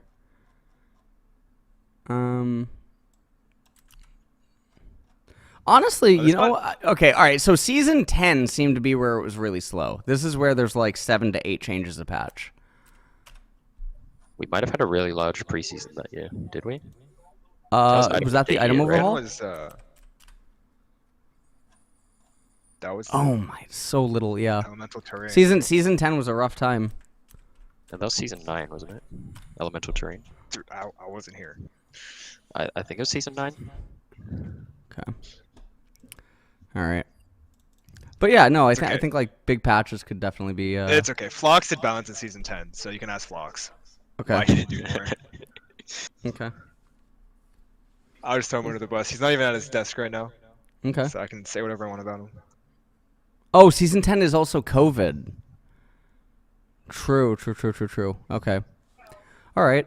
Other questions from chat, unless you guys think of anything. I have a question for you, actually. Yeah, go ahead. Design changes to the game. If Yes. you had like 2 or 3, well, let's start with 1 actually. Like, what's the most wanted design change that you think would be good for the game? Balance wise or Gameplay game only. wise? Gameplay only. Like, no out of game. No, like, pros need to pick different champions every game.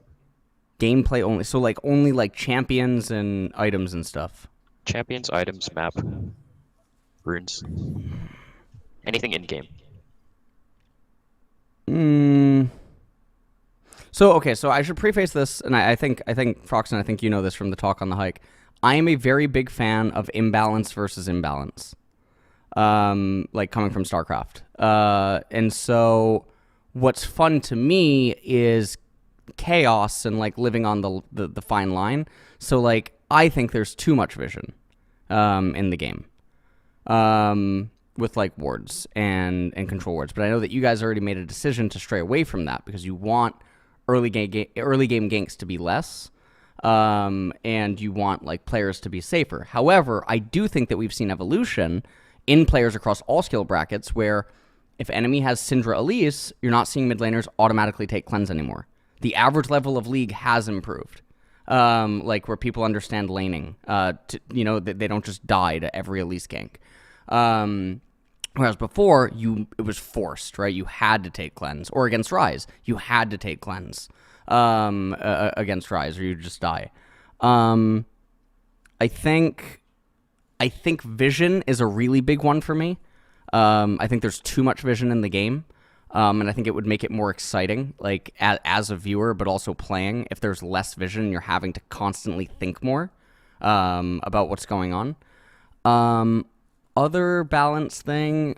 Okay, but how much is that about molding over 2 control ward purchases? No. I mean that.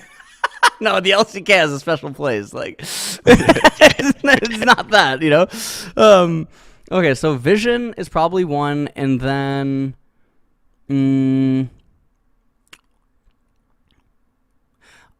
I think dragons spawn time should be randomized. So that it's not the same routine, because I think that's another problem with pro play right now. Dragon goes down, team comps are like, you get very used to seeing them, and now the 5-minute dance begins again. And then Dragon goes down, 5-minute dance again.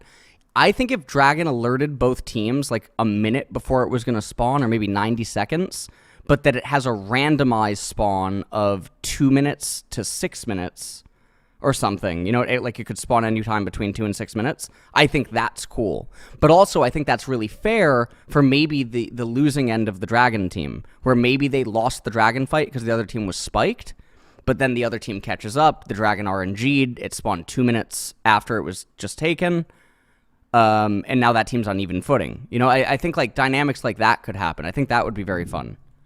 Also, it would make the viewing experience, I think, a lot better. Yeah. Do you think players would like that? I think players would really like that. I don't know. Chat. I mean, my chat's subjective, right? Chat. Dude, Would you guys like that? Games, no one dragon spawns anyway. So it's fine.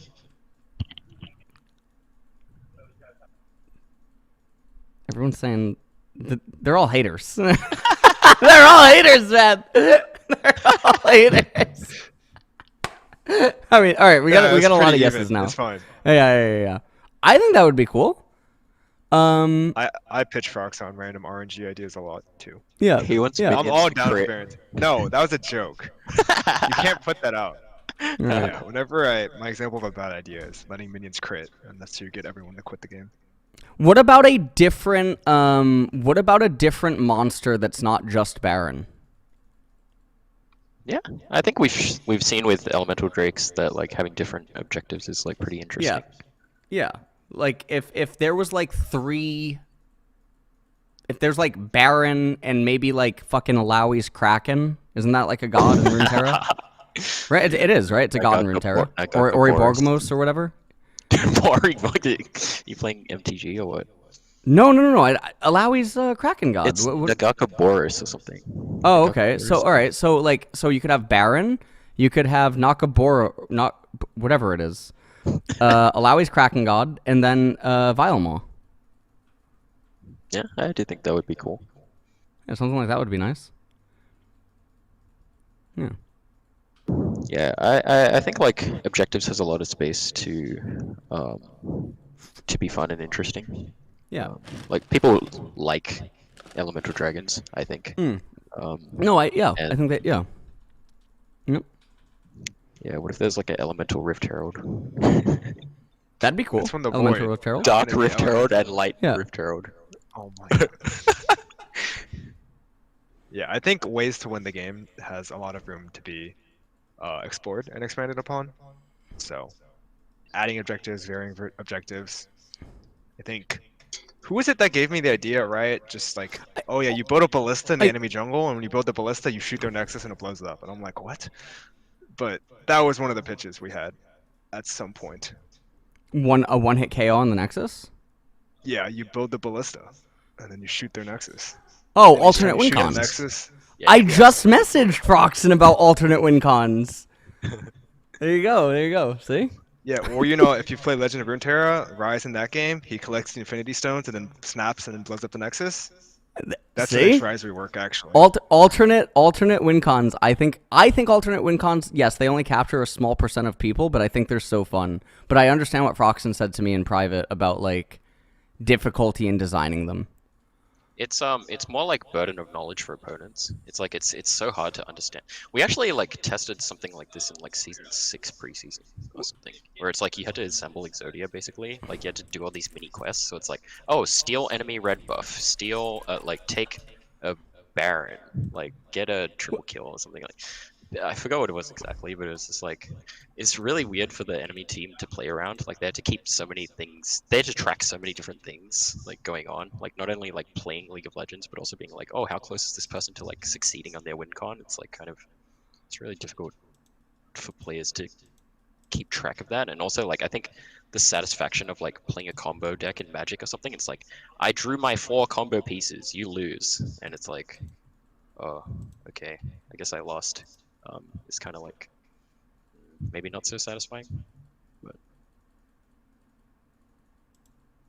Summit, Monka Shake.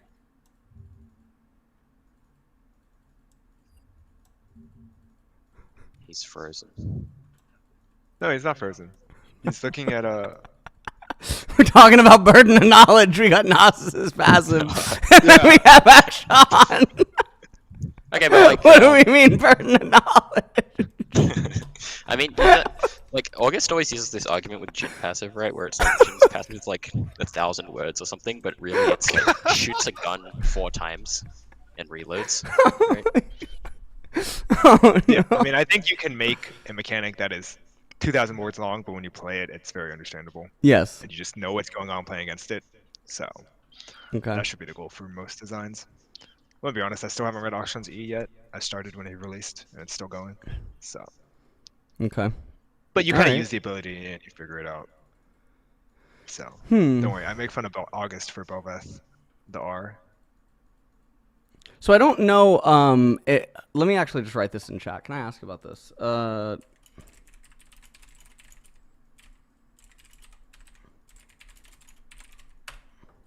Can I ask about that? If that's like a thing? Not if it is a thing, but like, I think that would be cool. Okay. Sure. So Twitch chat, the question that I just asked, is like if a champion came out and the champion was its own champion, so it has its own items, like it can only itemize its own items. What if it was a mage and it had spell crit? Isn't there a I champion think- like this already? In League? Yeah. Wait, what?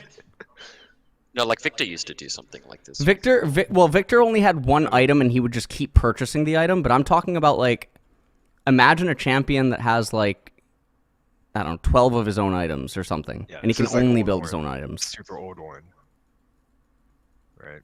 I'd make Doron a champion. I don't know, like what do we, I don't know. I mean, I think it's a cool space. I think I don't know what input we can give on that Is the since, core premise that you would spend gold to buy these items, or that they would be like yeah, ability you just like have Yeah, your you would you have your accumulate own gold, shop. and he has his own shop that's separated from the regular shop. He's his own champion. He carries his own thing. Maybe he like looks down on Summoner's Rift's items. My main concern, like just on a paper kit level, is He can be like just called Boris. complexity.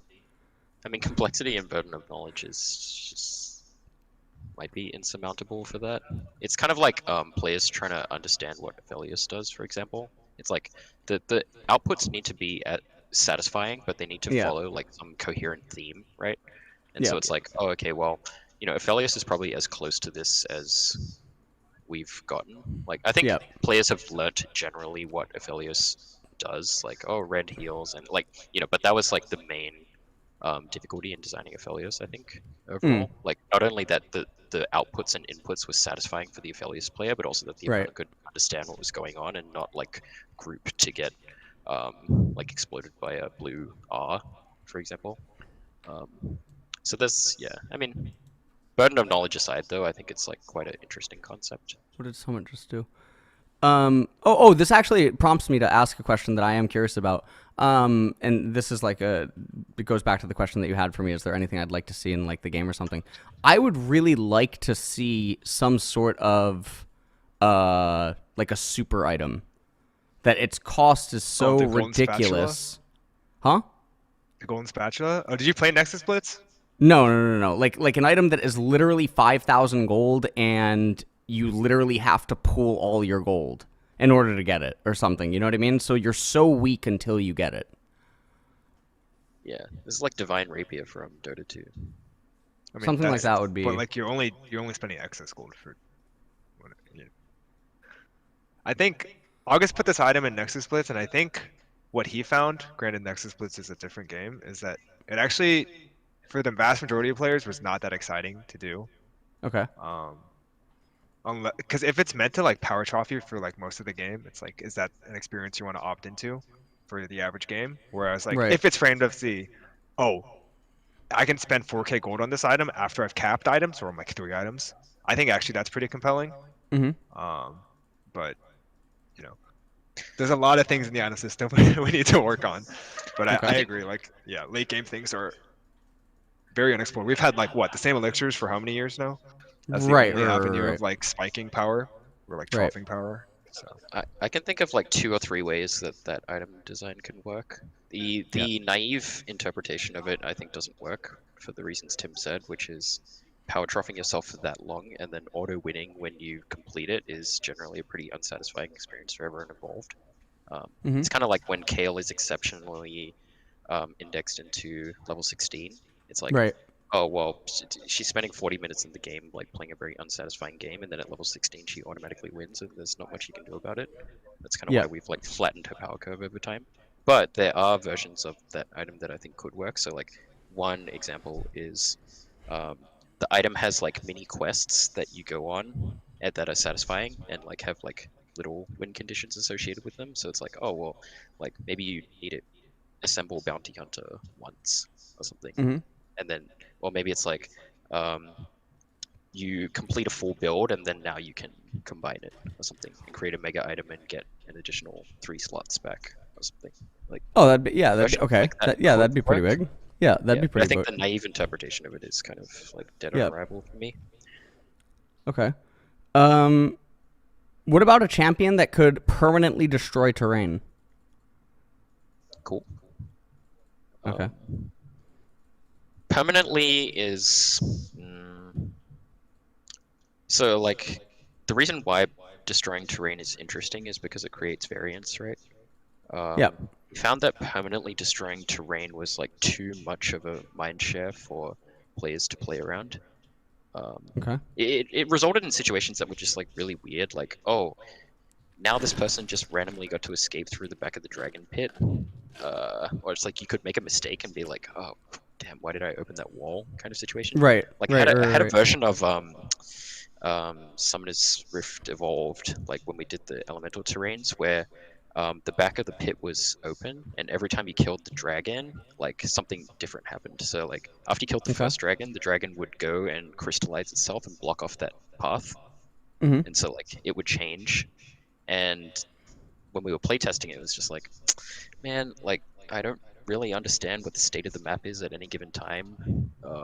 Like it's really hard to like plan, and there's someone will like randomly escape because like the dragon like went off and flew somewhere. Like it's kind of like not super satisfying to play the map. Wait, but counterpoint, isn't that the blast guns? Yeah, but people know where the blast guns are all the time, whereas we're You talking said it about was like back of the pit, right? yeah. Um, I think it was more like there were some map states that were like advantage for you, and so like you wouldn't kill the dragon because now it would go rest in that area and block off your jinx from being able to escape. Like that's Mm-hmm. just like really weird perverse incentives. Okay. But I think Okay. like Okay. temporary terrain destruction is really interesting because it creates like moment to moment gameplay that you don't need to memorize what the state of Right. the map is like in 7 minutes time. All right. How about a champion ability? I have one more champion ability. Go for it. Thoughts on an AOE res, Interesting. but it doesn't just res your own allies, and it's a channel. So like imagine Karthus Requiem, but it reses everyone. What's the design intent behind resing enemies? I don't know, just purifies the entire rift. I don't know. Or like why is it important that it reses enemies? I guess. So that it's not just a superior Zillion ultimate. Is there a way to optimize around like not resing enemies? Well, yeah, I place mean, I it. would imagine, but the reason that I added the enemy thing there was because I thought I would just immediately be countered by saying it's just better than Zillion. Oh, I see. You know what I mean? I mean, so you're saying this is like an untargeted ability, or are you saying this is you put it on the ground? It's a Karthus Requiem. It's kind of like Karthus. yeah, it's like a Karthus Requiem, and it reses all dead allies. So your allies could charge in first, all die, and then you could res them. Yeah, shouldn't you But just then they never res, be yeah, they removed? res where they died, sort of like Zillion. But like Yeah, if opponents So have the dead optimal people, they strat get then res is to, too. like, your team goes in as 4, you don't kill anyone, you take them to like 20%, and then you ult, and then you wipe them. So kill no one before the ult. And then you res with 4 resources and full health, and then you kill them all. Yeah, that'd be good. That's the loop. Or yeah. There you go. Let them cook. You guys I think looking one thing for that's like a little game difficult designers? is like trying to get a satisfying cost out of it. Because Yeah. there are probably like some situations where it's like, because I'd imagine like to balance this ability, it needs to be telegraphed in some way, shape, or form. Right. So it like either needs to be channeled, or it needs to have some kind of like counterplay where you can like stun the person, like a Taric ultimate or something like a delay.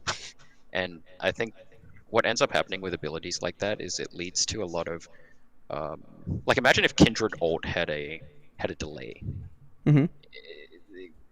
It kind of might like screw your team over in some cases. That's like Okay.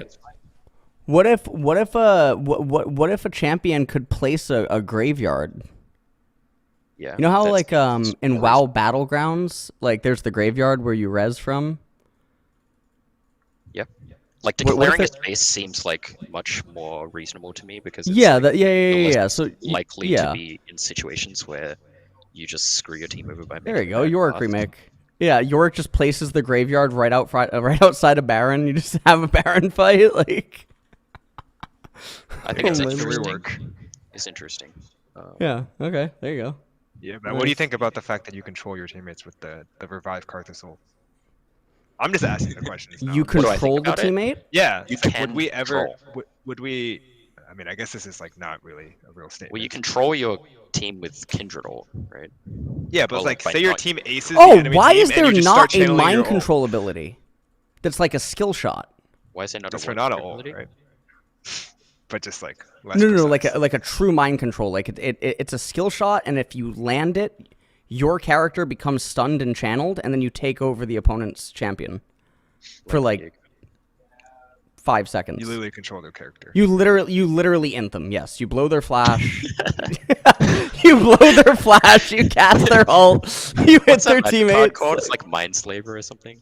Something, yeah, but it's a really hard to hit skill shot. How hard can you make this skill shot hit? Like, is it only like hittable if you're mind controlled? Because if you get hit, you lose. It's you worse know, than like- dying, right?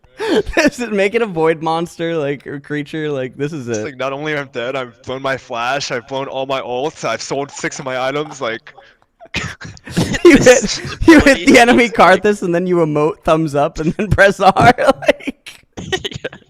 I think this ability is kind of just like really low fun for everyone involved because it's like you like get Aphelios, like you int him in and you waste his ultimate, and then like you blow all his summoners, and it's like Aphelios gets his character back, and he's like, "What the hell did you do to my character?" Like it's just like I don't. no, it's balanced. See, when they're with their mind controls, they're actually invulnerable. So the only thing you can do is just blow everything. oh, that would And it's be fair. good. Yeah, that would be good. They're invulnerable. They can hit their teammates, but you can't deal damage to them. That'd Yes, be you can't fine. int them. You just int the resources. Yeah, you can enter positioning. Like it's I mean, it's very powerful to waste someone's flash. Is it like satisfying? I'm not sure. Would I get much satisfaction from playing Silas and being like, okay, I burned Ezreal's flash now? No, but then you get to int him into your team. You get to int he's Silas invulnerable. and He's burn. Yeah, invulnerable. that would be good. Yeah, but you have to get out. Yeah, that'd be very satisfying. I think. Have you seen like you hit Renato R and then someone just goes zooming into the enemy team? It's hilarious. Or like Jinx just goes nuts on her support and one shots them over 4 You hit crits. Yumi and then bring her into your team. Like, Yeah, see, there you go. There's the success. fucking catnip to kill her. Like, oh my god. Yeah. All right, this See, is this good. is on par with the ideas I tell Froxon every This couple is amazing. This is it. Oh man, this is beautiful. Okay. Yeah, I did have this is like random. When I was just like messing around, I Yeah. wanted to test this Rise ult that ported everything. And yeah, that was hilarious. Ported everything? Yeah, it would port the enemy team too. Oh shit. Okay. Oh my lord. And if I could figure out how to port towers, I would have done that too, but tech issues. Port Should've known it. I mean, it's thematic, right? This I mean, is but pretty I good, mean, yeah. Sure, man. Yeah, there you go. Oh my I mean, but like, lord. yeah, a mind control ability could be cool. I just think a mind control ability where the satisfaction comes from inting the enemy summoner spells and potentially position. It's just like probably not very satisfying. Yeah, but what if you sell their items? Okay, I mean, Well, you'd have to hit the mind controller on Fountain, no? Like, Yeah, Yeah. that's the fantasy case. that's the fact. Sell all their items and Hit then their- buy in an their item. fountain Yeah. As you're hitting their Nexus, you sell their items, you buy 6 tiers. Boom. Oh it's a yeah, hot- what about it's a hard counter to Twisted Fate. You just like mind control TF Destiny into Fountain and sell your items. So And then this you wasn't. Sorry, someone in the chat Nice. just pointed this out. This was like a Shadow Isles champion idea that I had last year when I was doing like random champion things. What about a champion whose ultimate was Destiny Bond? So Destiny Bond? whoever last the hits or Pokemon kills move? that champion, it takes them with it. Yeah. Oh, the Pokemon. So yeah. like a Zillion ult, right? It's surrounded by like shadows or Shadow Isle stuff. Whoever hits it and kills it will be taken with it while the I ult's think it's active. Interesting. Didn't like Dazzle or something have something like this in Dota? No. Like Shallow Grave? No, that's a bit different. I have no idea. I don't follow Dota, but something like that would be super cool, I think. Imagine the hyperfed enemy ADC accidentally last hits you. And they die. And they die. Yeah. Isn't Yeah, the Destiny Bond. solved state of that you shouldn't do anything? Huh? Like, the optimization as the opponent is to not fight. Right, it's to run from you. Sort of like you're supposed to run from a Zillion ulted target that has 1 HP. Yeah.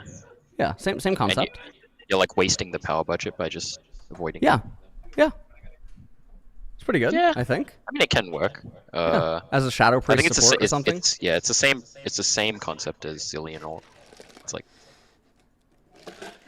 if you never engage, then Zillion doesn't get value from his ultimate. Right, He's just right, playing with I right, mean, three right. spells.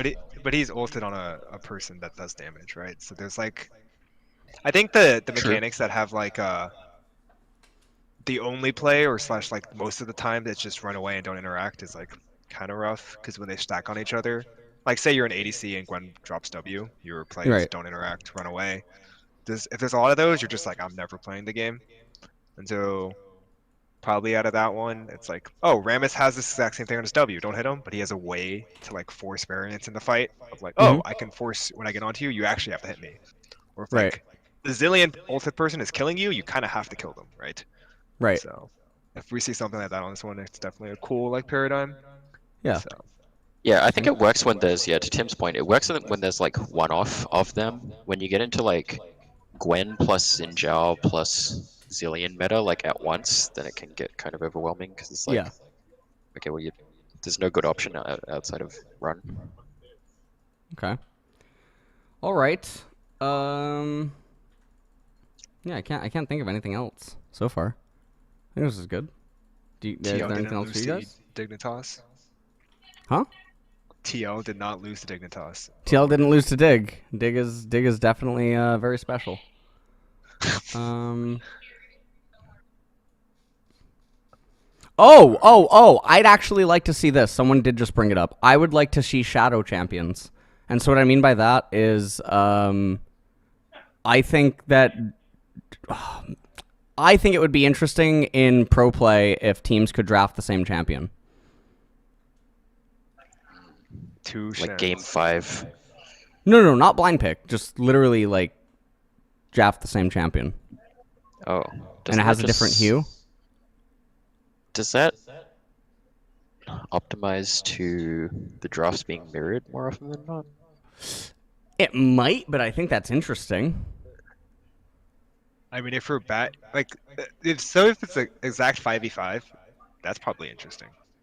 Right, the same 5 champions. But if every game is the same 5 champions, maybe not. Then you're just kind of playing chess, which is like, Maybe. Yeah. Yeah, it's probably interesting as like a tiebreaker variant or something because it's like the true skill test. Like your teams are basically matched, and Yeah, game 3s or game 5s being able to have that would be maybe cool, but okay.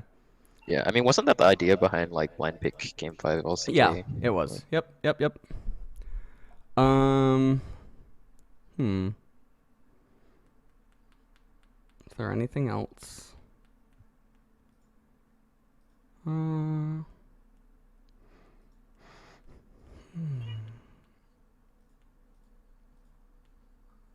Someone keeps asking why is there so little ADCs. I just don't think that's true. There's a lot of ADCs. It's a lot of There's so ADCs. many. Yeah. It's hard to make them all balanced at once. Yep. I think Yep. also like the objective strength of them is like not often used.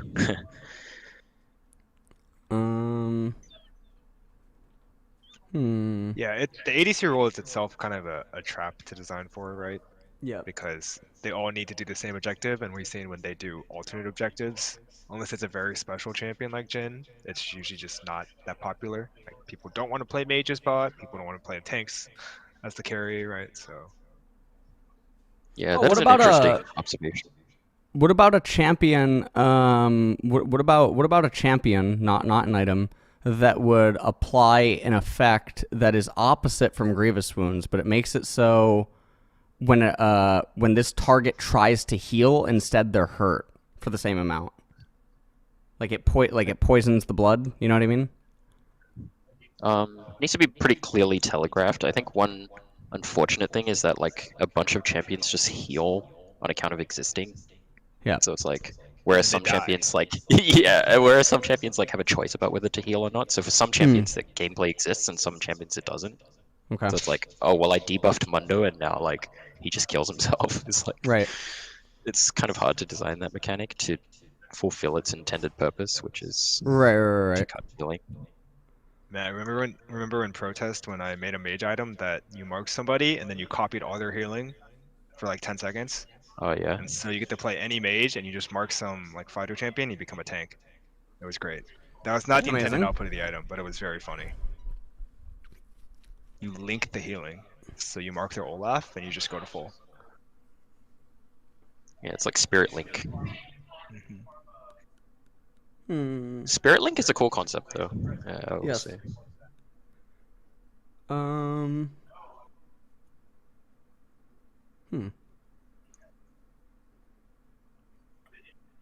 Trying to think. Trying to think.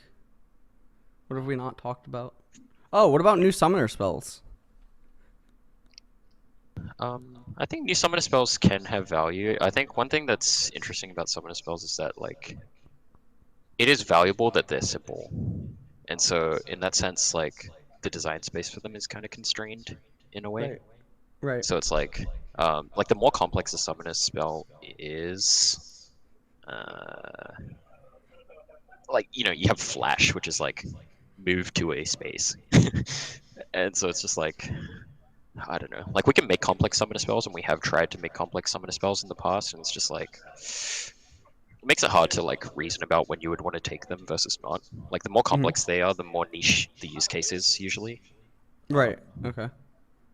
Okay. So we generally like broad summoner spells. It's not to say we couldn't make them. It's just Okay. a lot of the design space is already occupied by existing ones. Okay. Um. Hmm. A lot of people keep asking about assassins, but I imagine I already know the answer in that assassins are problematic because they're balanced by solo queue. Assassins aren't bad. They're not bad. Yeah. They're not bad at Yeah. all. I don't know why people are complaining. It's really weird. I mean, assassins are interesting because like assassins have a lot of value in pro play because they like drive action and they're on a clock and they need to Yeah. play around tempo and things like that. That's really interesting. One thing though is that like assassins are naturally going to thrive more in the solo queue environment, which makes it Mm-hmm. hard to like buff them into pro play. The more they're indexed into like killing you or making tempo plays rather than roaming and that kind of thing, which is like easily thwarted by voice comms or like coordination, Right. then the harder it is to get them in. So like we normally observe like the strong assassins, like when Kiana mid was strong, for example, it's like her level 3 just did like 350 damage or something. Right. And it's like, oh well, actually, like you can get prio against like a lot of champions that can Right. work as a design pattern. But players also find that very frustrating. So it's like difficult to Okay. design, but like really good when we can get it in. Like if someone plays Yone mid or they play Yasuo Diana against a certain thing, like that's really exciting. Hmm. So we do try and find opportunities where those exist, but yeah, we usually are ceilinged by solo queue. Hmm. Okay. I actually like Kassadin as a pro assassin because he's got like some pretty hard counters. So like Yes. in solo queue you can well, not only is he a counter pick, so like when he shows up in pro, he only shows up in certain scenarios. Like I don't know, against Azir or like against Silas, or there was a time when he was doing his funny grasp build against melees, and that was Funny. interesting. Mm-hmm. Oh, I don't know, funny. Yeah. Um. Okay. Is there any other questions in chat that you guys are seeing? Um. Mm-hmm. I just can't read this. It's too fast. Yeah, he's Australian. Okay. What? Wait, what Can't is read that? it. Yeah, What he does can't that read mean? Are you calling Australians slow? Like, what? No, no, it's a different language to him. Okay. There's not enough There's too many Norse. Z's and not enough S's. Like, Yeah, there you go. Okay. and there's not enough like U's. British English has like so many U's in it. Like if you type Yeah. like color or something or honor. What the Oh my heck? lord. Are they going to Oh, make I more saw a thing camp? about Banner of Command What? Yeah. How is that what you saw? because someone wrote a message that had it 15 times.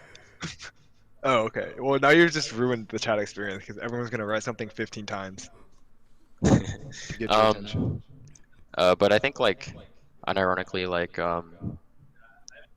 Hullbreaker was like our kind of attempt at making a banner of command, Mhm. but it's more like we found that like kind of having AFK pushing capabilities was like really difficult to design around because the optimal Mhm. use case of it is you send that thing and then just go elsewhere. It's Mhm. like an inhibitor forcing function. It's like kind of Mhm. really unsatisfying for the enemy team to play around. Okay. And it's also like it's solved out really easily. So we decided that hey, if we want to have a pushing item, like you need to commit your body to do so. Um, Okay. which I think Hullbreaker like did pretty well at doing that. The main problem with Hullbreaker is just it's a bit niche. I think like only 3 or 4 champions can actually purchase it. Well, or Hmm. it's really broad, then it becomes kind of messed up. Yeah, I think Oh, broad, but like only used in niche circumstances. I think is a viable design. have you guys ever thought of a duo champion?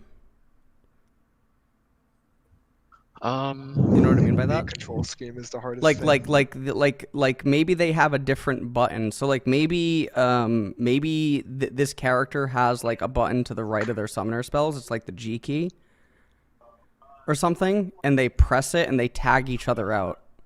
Is the idea of a duo champion that it is controlled by one person and controlled by 2 people? Controlled by one person, but you press a button and they tag each other in and out. Isn't that like most shapeshifters, like Jace, Elise? Jason, yeah. I mean, I guess it's like a shapeshifter, but yeah, I mean, it's kind of like a shapeshifter, but I guess it's a unique idea on a champion. It's not a shapeshifter. It's like two humanoid characters. It's like having like a ogre with 2 heads. Oh yeah, where's an ogre champion? Didn't Cho'Gall have 2 heads? Yeah, Cho'Gall. Cho'Gath? Did you say Cho'Gath? Cho'Gall. Like, Yeah, Cho'Gall. Where's ogres? where's ogres? Yeah, we don't have an ogre champion. We also don't have a dinosaur. Wait, we have Na in his dino skin. Nar's a dinosaur? Oh, he's talking about Dino Gnar when he Yeah, goes but into Mega Gnar. okay. I mean, Na's kind of sure. like a dinosaur, isn't he? Isn't Cho'Gath also like a dinosaur? No. Cho'Gath is like surely a dinosaur. He's the thing from Spawn. Wait a minute. Spawn. I'm just thinking of champions with dino skins, just like Cho'Gath and Na. Yeah, this is Cho'Gath. This is literally Cho'Gath. I mean, this has to be Cho'Gath's inspiration. Violator Oh, from there's that Spawn. Elio chicken skin. That's a dinosaur. Oh goodness, what is that? That's It's Cho'Gath. Cho'Gath. Oh, okay. It is. It must be his inspiration. No, I mean I think so. I have no idea. Okay. Was Cho'Gath part of the original 40? I don't know. You need to ask Zilius. I forgot. Yeah, there's no Shadow Priest champion in the game. We need more mages. Buff mages. See, we need a Shadow Priest.